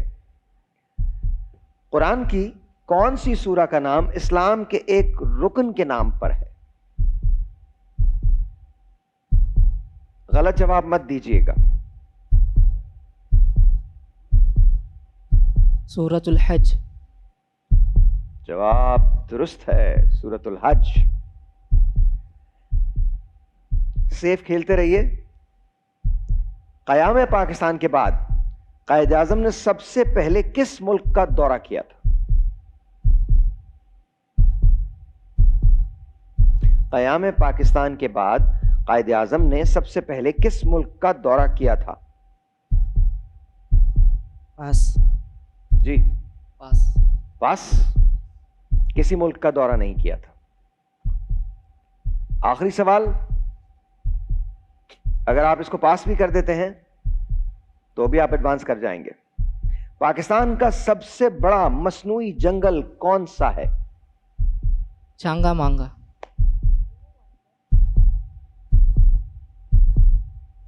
ये पता करवाओ, पीछे से तुम किसको जानते हो? यहां किसी को भी नहीं? पक्का? सर आपको बहुत मुबारक हो, यू प्लेड रियली वेल और आप एडवांस कर रहे हैं। कोई बात नहीं, कोई बात नहीं, कोई बात नहीं। It's all right, it's all right. आपने बहुत अच्छा खेला है, बहुत अच्छा खेला है और मुझे बड़ी खुशी है कि आप अचानक से जाग गए। पहले राउंड में क्या हुआ था? बस उसमें गैस कर रहे थे और बस गैस में ही फंस गए। गैस में ही फंस गए। ओके। आप दूसरे राउंड में क्या हुआ आपको? आपकी इनसे 20 पॉइंट्स की लीड थी।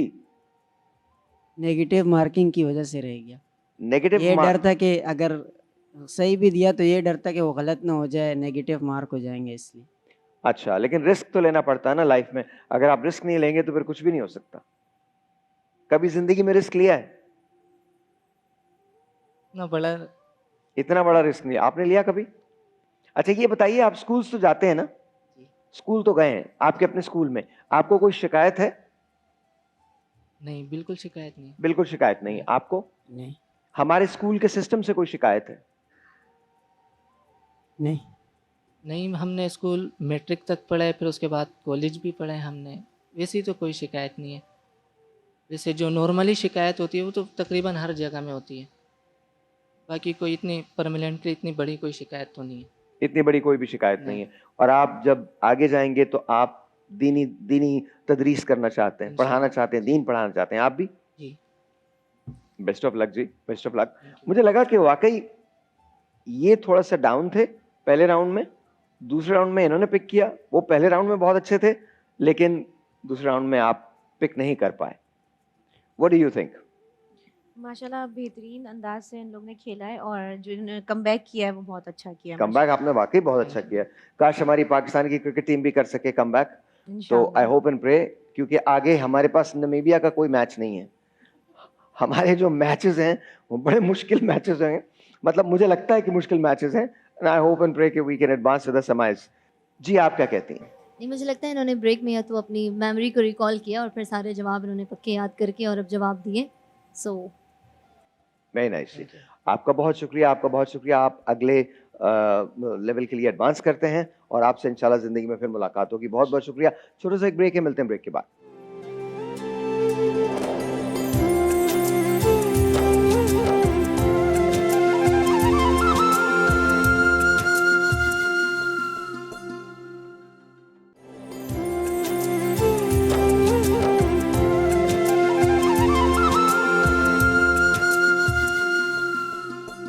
Once again, welcome back और मैं आपा के साथ हूँ। जी आपा बताइए, हम तैयार कर चुके हैं? जी, जी, बिल्कुल हमने सैंडविचेस बना लिए, चिकन ये एंड रहे एग सैंडविच जी। सैंडविच, ठीक है? ओके, अच्छा, इसमें हमने ये किया था कि चिकन को हमने बॉयल किया। अच्छा, सबसे बेहतर तरीका ये होता है कि अगर आपने टिक्का खाया है घर में और थोड़ा-सा वो बच गया है, तो उसको श्रेड करके फ्रीज़र में रख लीजिए और उसका इस्तेमाल करें तो टिक्के का फ्लेवर आ जाता है उसके ओके, अंदर, बहुत अच्छा-सा। एक अदद अंडा था बॉयल किया हुआ, थोड़ा-सा हमारे पास चिकन श्रेड किया हुआ था, मेयोनीज़, ब्लैक पेपर पाउडर और मैंने थोड़ा-सा बटर इसके अंदर डाला था। डाल के इसको अच्छी तरह से मिक्स किया, मिक्स करके मैंने इसको स्प्रेड कर दिया। साथ ही इसमें हमने खीरा और सैलड लीफ भी लगाए थे। आप इसके अंदर चाहें तो टमाटर का इस्तेमाल भी कर सकते हैं, लेकिन ये कि बच्चे नहीं खाते, तो इसलिए मैं वेजिटेबल मैंने कम लगाई है।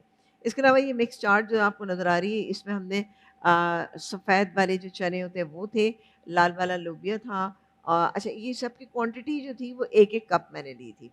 4 अदद केले थे, 1 बड़े साइज़ का आलू था। इन तमाम को हमने मिक्स किया, मिक्स करने के बाद हमने इसमें खट्टी चटनी आधा कप, मीठी चटनी आधा कप, चाट का मसाला 1 टेबल स्पून और इसके अलावा हमने इसमें शामिल किया था, क्या शामिल किया था? जी, बस कुछ शामिल किया था। हमने इसको अच्छी तरह से मिक्स किया और प्लेटर में निकाल के ऊपर से दही डाला थोड़ा-सा। दही से तरह के आपकी चाट जो है वो थोड़ी-सी मॉइस्ट हो जाती है, अच्छी लगती है और पापड़ी से क्रंच आ जाता है, तो पापड़ी डाली और ये झटपट सी रेसिपी दोनों, ये वो दोनों रेसिपीज़ हैं जो आपको किचन में कम से कम आपको टाइम देना पड़ेगा और चूल्हे से थोड़ा-सा दूर रहना पड़ेगा और आराम से ये चीज़ें जो है आपकी तैयार हो जाएँगी। 2 चीज़ें ईज़िली, क्विकली।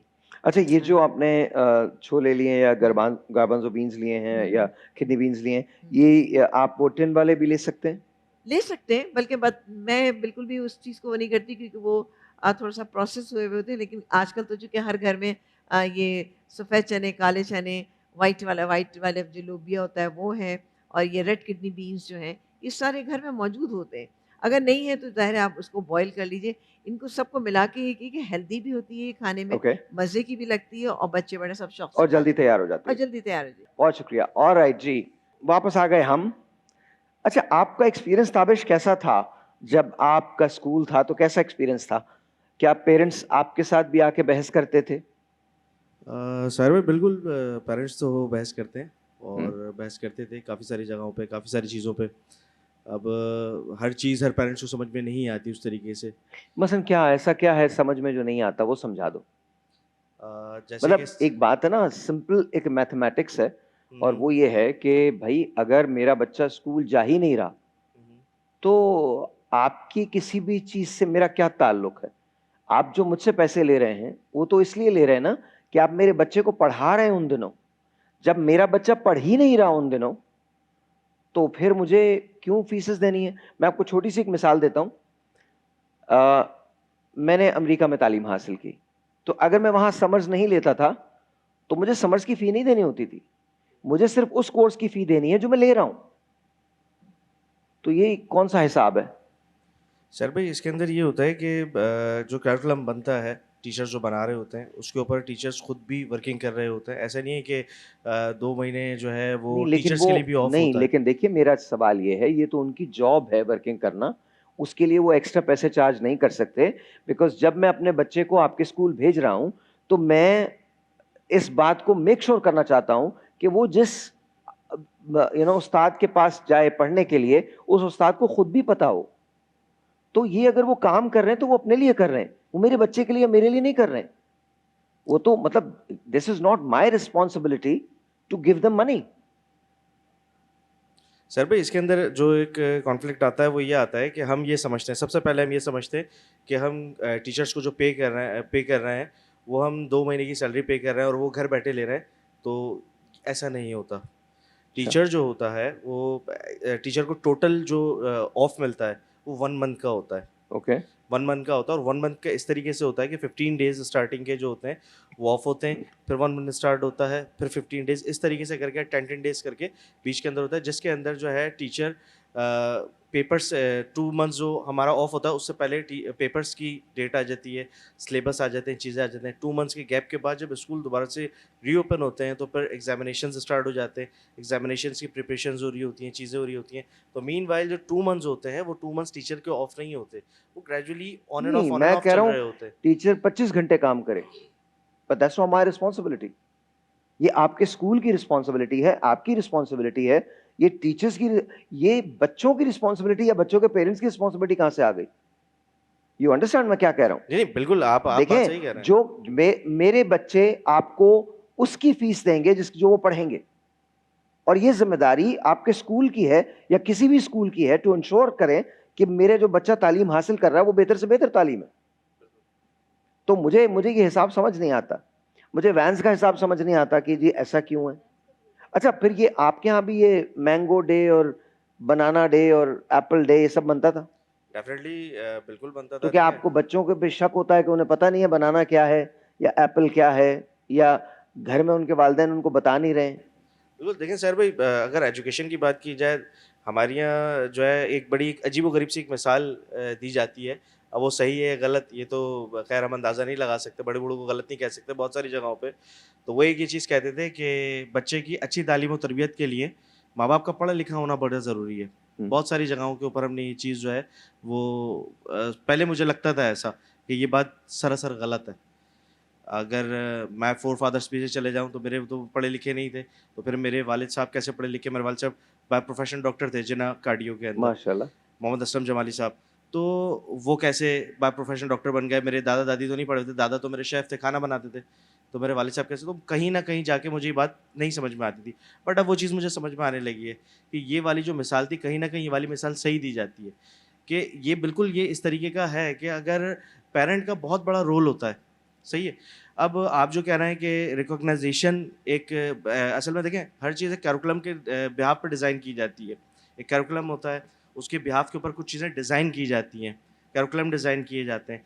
अब जहाँ पर रिकॉग्नाइजेशंस आ जाती हैं वहाँ पर ये चीज़ें जो हैं माइंड मेकिंग के लिए यूज़ की जाती हैं बच्चे के। इससे बनाना डे से, येलो डे से, पिंक डे से सिर्फ़ और सिर्फ बच्चों को रिकॉग्नाइजेशन जो है उनकी वो स्ट्रॉन्ग की जाती है। तो ज़माने हाल के साथ चीज़ों में बदलाव, जैसे आप अभी कह रहे थे वर्चुअल स्टडी का दौर आ जी रहा है, बिल्कुल तो बिल्कुल। डेफिनेटली वर्चुअल स्टडी का दौर आ रहा है, नहीं, तो आई एम पहले नॉट नहीं था। सेइंग कि ये गलत है, मुझे इसकी लॉजिक समझ में नहीं आती। शायद आपकी जो लॉजिक है वही दुरुस्त हो। एक्चुअली ये I have no idea. Montessori system में ज़्यादा होता है ये। I am also a Montessori directress. तो उसमें मैंने भी जब मैं कर रही थी ये कोर्स डिप्लोमा, तो उसमें बच्चों के लिए इसलिए ये चीज़ें बनाई जाती हैं कि छोटे जो बच्चे होते हैं हमारे पास मॉन 2 KG1 जी KG2 जी स्कूल, आज स्कूल्स डिफरेंट कहते हैं, जूनियर सीनियर कह दें, एडवांस कह दें, या KG1 पहले KG1 KG2 इस तरह से मॉन्टेसरी जी नर्सरी बिल्कुल होता बिल्कुल था। बिल्कुल। नेम चेंज हो गए हैं, बट उसका ये है कि जो बिल्कुल छोटे बच्चे होते हैं स्टार्टिंग एज आप उनकी देखें ना, मतलब 2.5 साल से 3 साल स्टार्ट हो जाता है मॉन्ट में आना।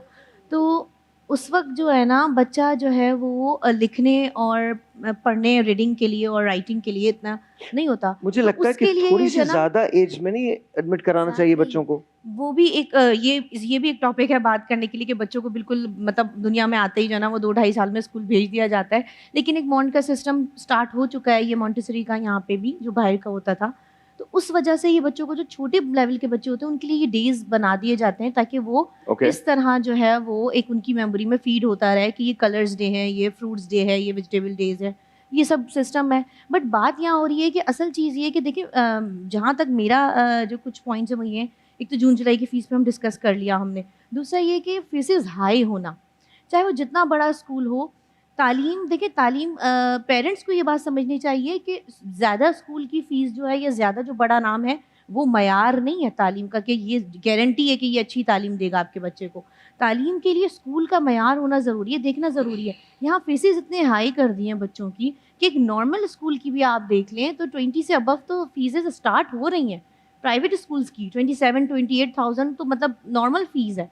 और उसके साथ भी आप देखें एक्स्ट्रा चार्जेस लग के आ रहे होते हैं। आपने बच्चे को हमारे एक स्पोर्ट्स डे भी कराया ना, तो उसके लिए पूरा एक एक्स्ट्रा चार्जेस। आपने बच्चे को हमारे कोई कुछ भी एक्टिविटी स्कूल में हो रही है ना, चार्जेस उसके पेरेंट्स अलग से एक्स्ट्रा पे कर अच्छा, मैं आपको ये बताऊं, इन्हीं बातों की वजह से पाकिस्तान में भी अब होम स्कूलिंग का रुझान बहुत बढ़ता जा रहा है, बहुत बढ़ता जा रहा है। और जहां तक अगर ये स्कूल्स अपनी लर्निंग्स को डिफरेंट नहीं करेंगे, अपनी approach to teach how to learn, अगर उसको चेंज नहीं करेंगे, तो आज से 15 से 20 साल बाद तो वैसे भी स्कूल्स का ये सिस्टम जो है ये इस तरह से एग्जिस्ट नहीं करेगा जैसे एग्जिस्ट करता है। लेकिन सर भाई इसके अंदर एक मसला है। देखें अभी जैसे मैंने आपको बताया कि हमने लॉकडाउन के अंदर हमें जो बंद करना पड़ा, सबसे बड़ी चीज़ फेस जो मैंने अभी सबसे पहले एक जुमला कहा था कि बच्चों की अच्छी तालीम और तरबियत के लिए माँ बाप का पढ़ा लिखा होना बहुत ज़रूरी है। और बाद में मैंने कहा कि मैं इस चीज़ से इत्तेफाक नहीं करता था, बाद में फिर मैंने इस चीज़ से इत्तेफाक किया। उस इत्तेफाक करने की वजह क्या थी? वो वजह ये थी कि लॉकडाउन जब लगा तो हमने ऑनलाइन के ऊपर चले गए, जैसे पूरी दुनिया ही सब ऑनलाइन कर रही थी तो हम भी ऑनलाइन की तरफ चले गए। अच्छा, हमने आफाक के साथ मिलके कुछ चीज़ें ऐसे डिज़ाइन की और अपने टीचर्स के साथ मिलके कुछ ऐसी चीज़ें डिज़ाइन की जिसके अंदर हमने पूरा एक बना लिया कि शेड्यूल के भाई इतने बजे से इतने बजे तक ऑनलाइन क्लासेस हैं, आप लोग वीकली शेड्यूल हार्ड कॉपी के बेस पे आप ले सकते हैं और सॉफ्ट कॉपी में आपको इस तरीके से मिल सकती है। टीचर अवेलेबल होंगी, 3 घंटे जूम क्लासेस होंगी, चीज़ें होंगी। तो वहाँ पर क्या हमारी चीज़ें फेस करनी पड़ी जो कि हम फेल हो गए, जिस चीज़ में हम फेल हो गए। अब पेरेंट हमारे पास 100 में से 80 to 85% पेरेंट हमारे पास आया वो कि ये सब बेकार है, ऑनलाइन कुछ नहीं होता। बेकार क्यों है? अब हम क्या कर सकते हैं उनका? जैसे मैंने आपको बताया कैलिब्री है, अब उन्होंने बोला जी ये बेकार है, ये ऑनलाइन कुछ नहीं होता। उस 85 में से 80% के पास कोई ऑनलाइन कोई ऐसी सर्विस ही नहीं है, उनको पता ही नहीं है लैपटॉप जूम क्या होती हैं चीज़ें पता ही नहीं है। तो देखिए ये वाली जो डिफ्रेंशिएट आती है ना चीज़ों के अंदर, सारा असल वजह जो है वो फिर यहाँ से स्टार्ट हो जाती है। बहरहाल आई थिंक चीज़ें जो हैं बहुत चेंज हुई हैं। छोटा सा ब्रेक लेते हैं, ब्रेक के बाद एक और बड़ा गंभीर मसला है उस पर हम बात करेंगे when it comes to education. Break के बाद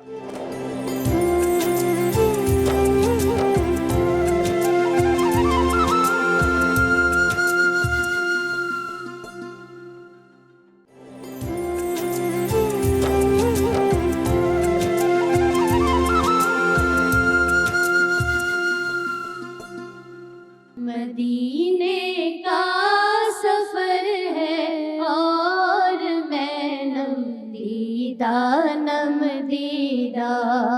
जबी अफसुरदा कदम लग़ज़ीदा चला हूँ एक मुजरिम की तरह मैं जानिबे तैबा, चला हूँ एक मुजरिम की तरह मैं जानिबे तैबा, नजर शर्मिंदा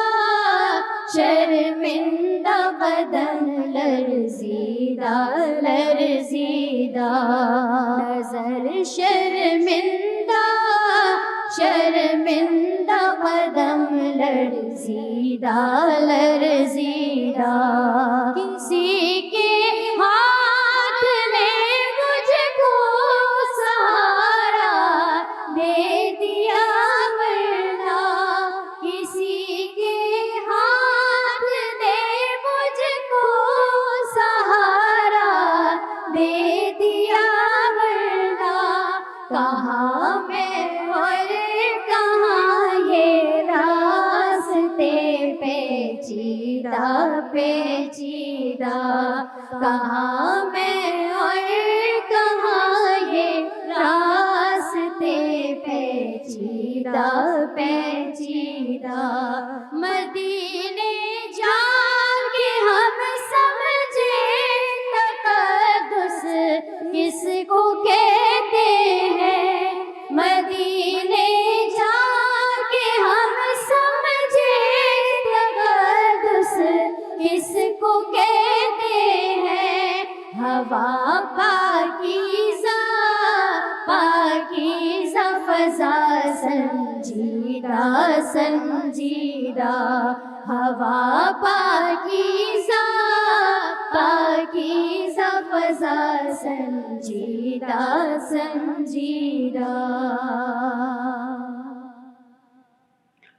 सुभान अल्लाह, सुभान अल्लाह, सुभान अल्लाह। ये नात रसूल मकबूल सिद्दीक इस्माइल साहब से मैंने सुनी है, और माशाल्लाह, माशाल्लाह, माशाल्लाह, क्या बात है। अच्छा जी, एक और मसला है, मैं आपसे भी बात करना चाहूँगा। जब स्कूलिंग की हम बात करते हैं, तो जिस वक्त पेरेंट टीचर मीटिंग होती है, तो उन्हें बताया ये जाता है कि ये जो स्कूल है, ये बड़ा कमाल स्कूल है, और यहाँ पर ये कुछ होगा, ये कुछ होगा, ये कुछ होगा, लेकिन बाद में चीज़ें वैसी नहीं निकलती। क्या ये सही है?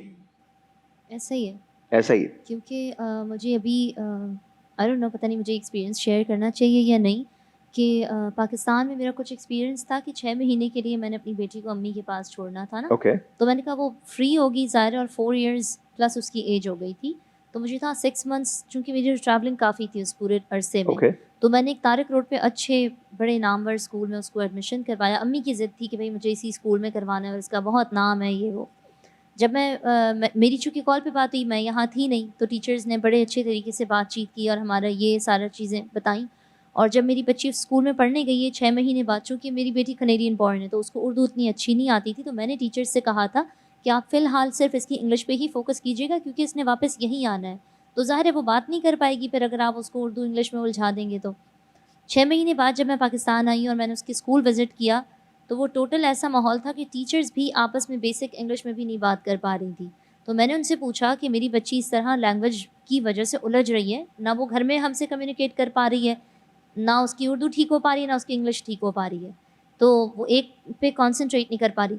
तो इतने अच्छे स्कूल, मुझे अभी तक याद है कि हम भी अपने बचपन में भी हमें रेस्ट रूम जाना था तो हम कहते हैं मे आई गो टू वॉशरूम। इतनी इंग्लिश तो हमारे स्कूलों में भी बोली जाती थी, जो कि बहुत हाई फाई नहीं थे। मुझे उस टीचर ने जो जवाब दिया ना, मुझे वो कहती हैं अब आपकी एक बच्ची की वजह से हम पूरे स्कूल में इंग्लिश में थोड़ी बात करेंगे। और मैं इतनी हैरान हो गई कि मैंने अपनी कंडीशन बताई थी कि मैं कोई लग्जूरियस उसकी आपसे डिमांड नहीं कर रही हूँ, ये बेसिक चीज़ है कि बच्चे को आप जगल ना करवाएं लैंग्वेजेस में।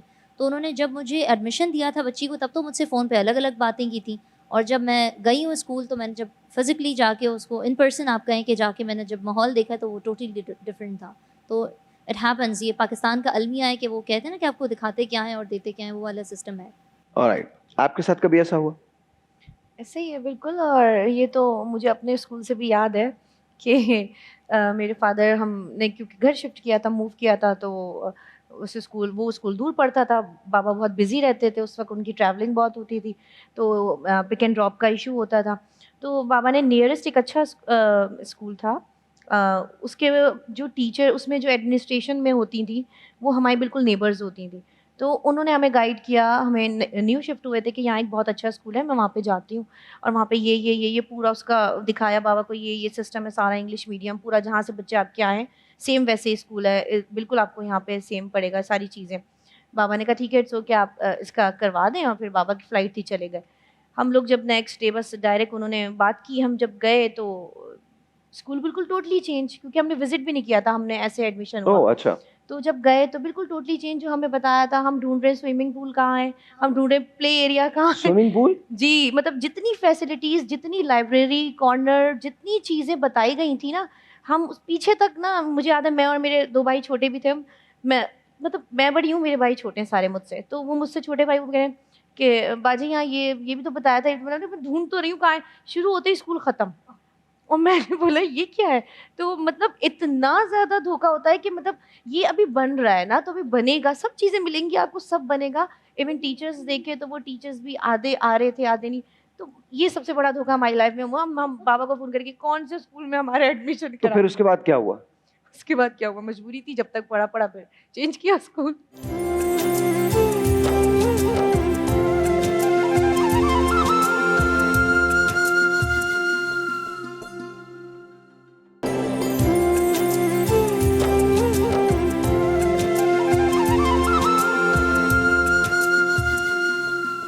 बच्चों के स्कूल्स में स्विमिंग पूल्स भी होते हैं? सर भाई अब होने लगे, अब होने लगे। अब होने तो लगे। ट्रेनिंग करवाते हैं ना, ट्रेनिंग swimming करवाते हैं, ट्रेनिंग of करवाते हैं, course। स्विमिंग ट्रेनिंग्स होती हैं, तो उसकी वजह से नहीं, हमारे यहाँ तो मतलब यूएस के अंदर तो या इट्स वेरी यहाँ अब ऑब्वियस, होने लगे।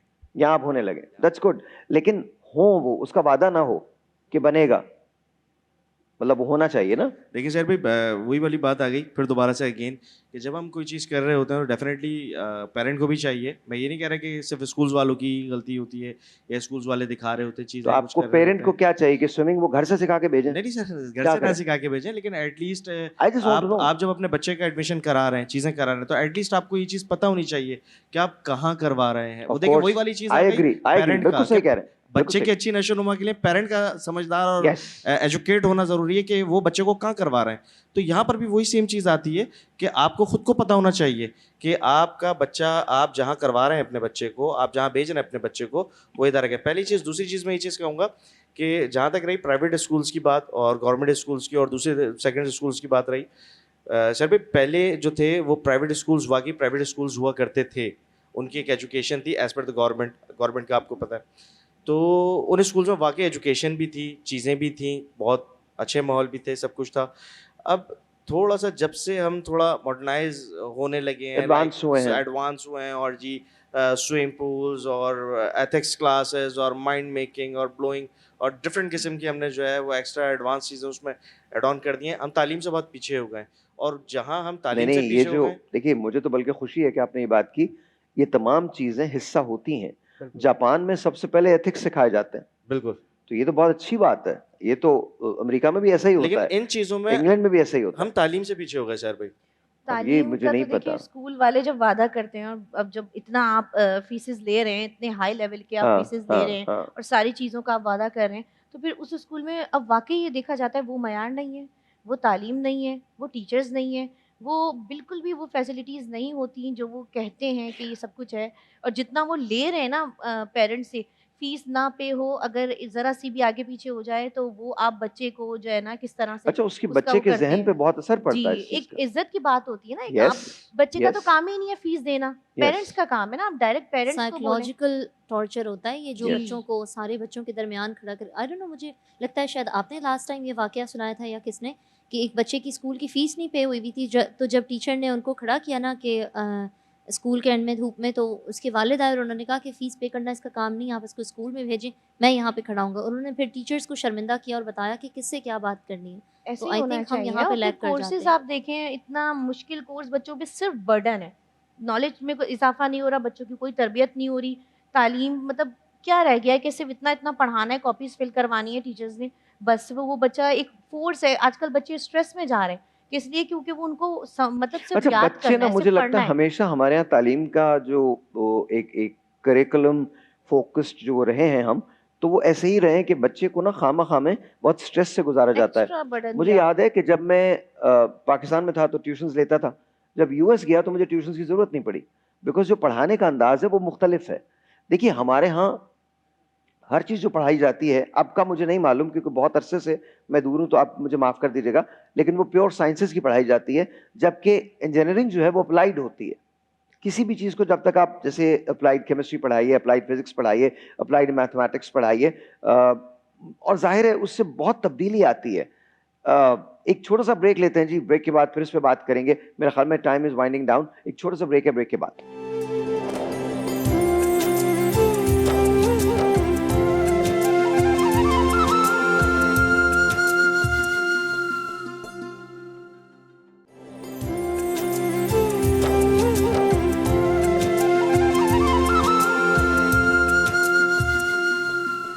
वापस आ गए हम जी। वक्त है अफ्तार का लेकिन उससे पहले ज़रा 30 सेकंड्स में आप सबसे ले लूँ। ताबिश आपसे सवाल है, क्या लगता है हम इस सिस्टम को बेहतर कर सकते हैं? सर बिल्कुल सिस्टम को बेहतर कर सकते हैं लेकिन सिस्टम को बेहतर करने के लिए पहले हमें अपनी कुछ चीज़ों पर वर्किंग करनी पड़ेगी, अपनी चीज़ें बेहतर करनी पड़ेंगी। उसके बाद बिल्कुल डेफिनेटली सिस्टम बेहतर होगा। सिस्टम क्यों नहीं बेहतर होगा? बेहतर हो सकता है, डेफिनेटली बेहतर हो ऑलराइट। सकता है। आप बताइए। बिल्कुल कोशिश करनी चाहिए, हमें इस पे बात करते रहना चाहिए क्योंकि ये किसी एक फ़र्द और किसी एक स्कूल का काम नहीं है।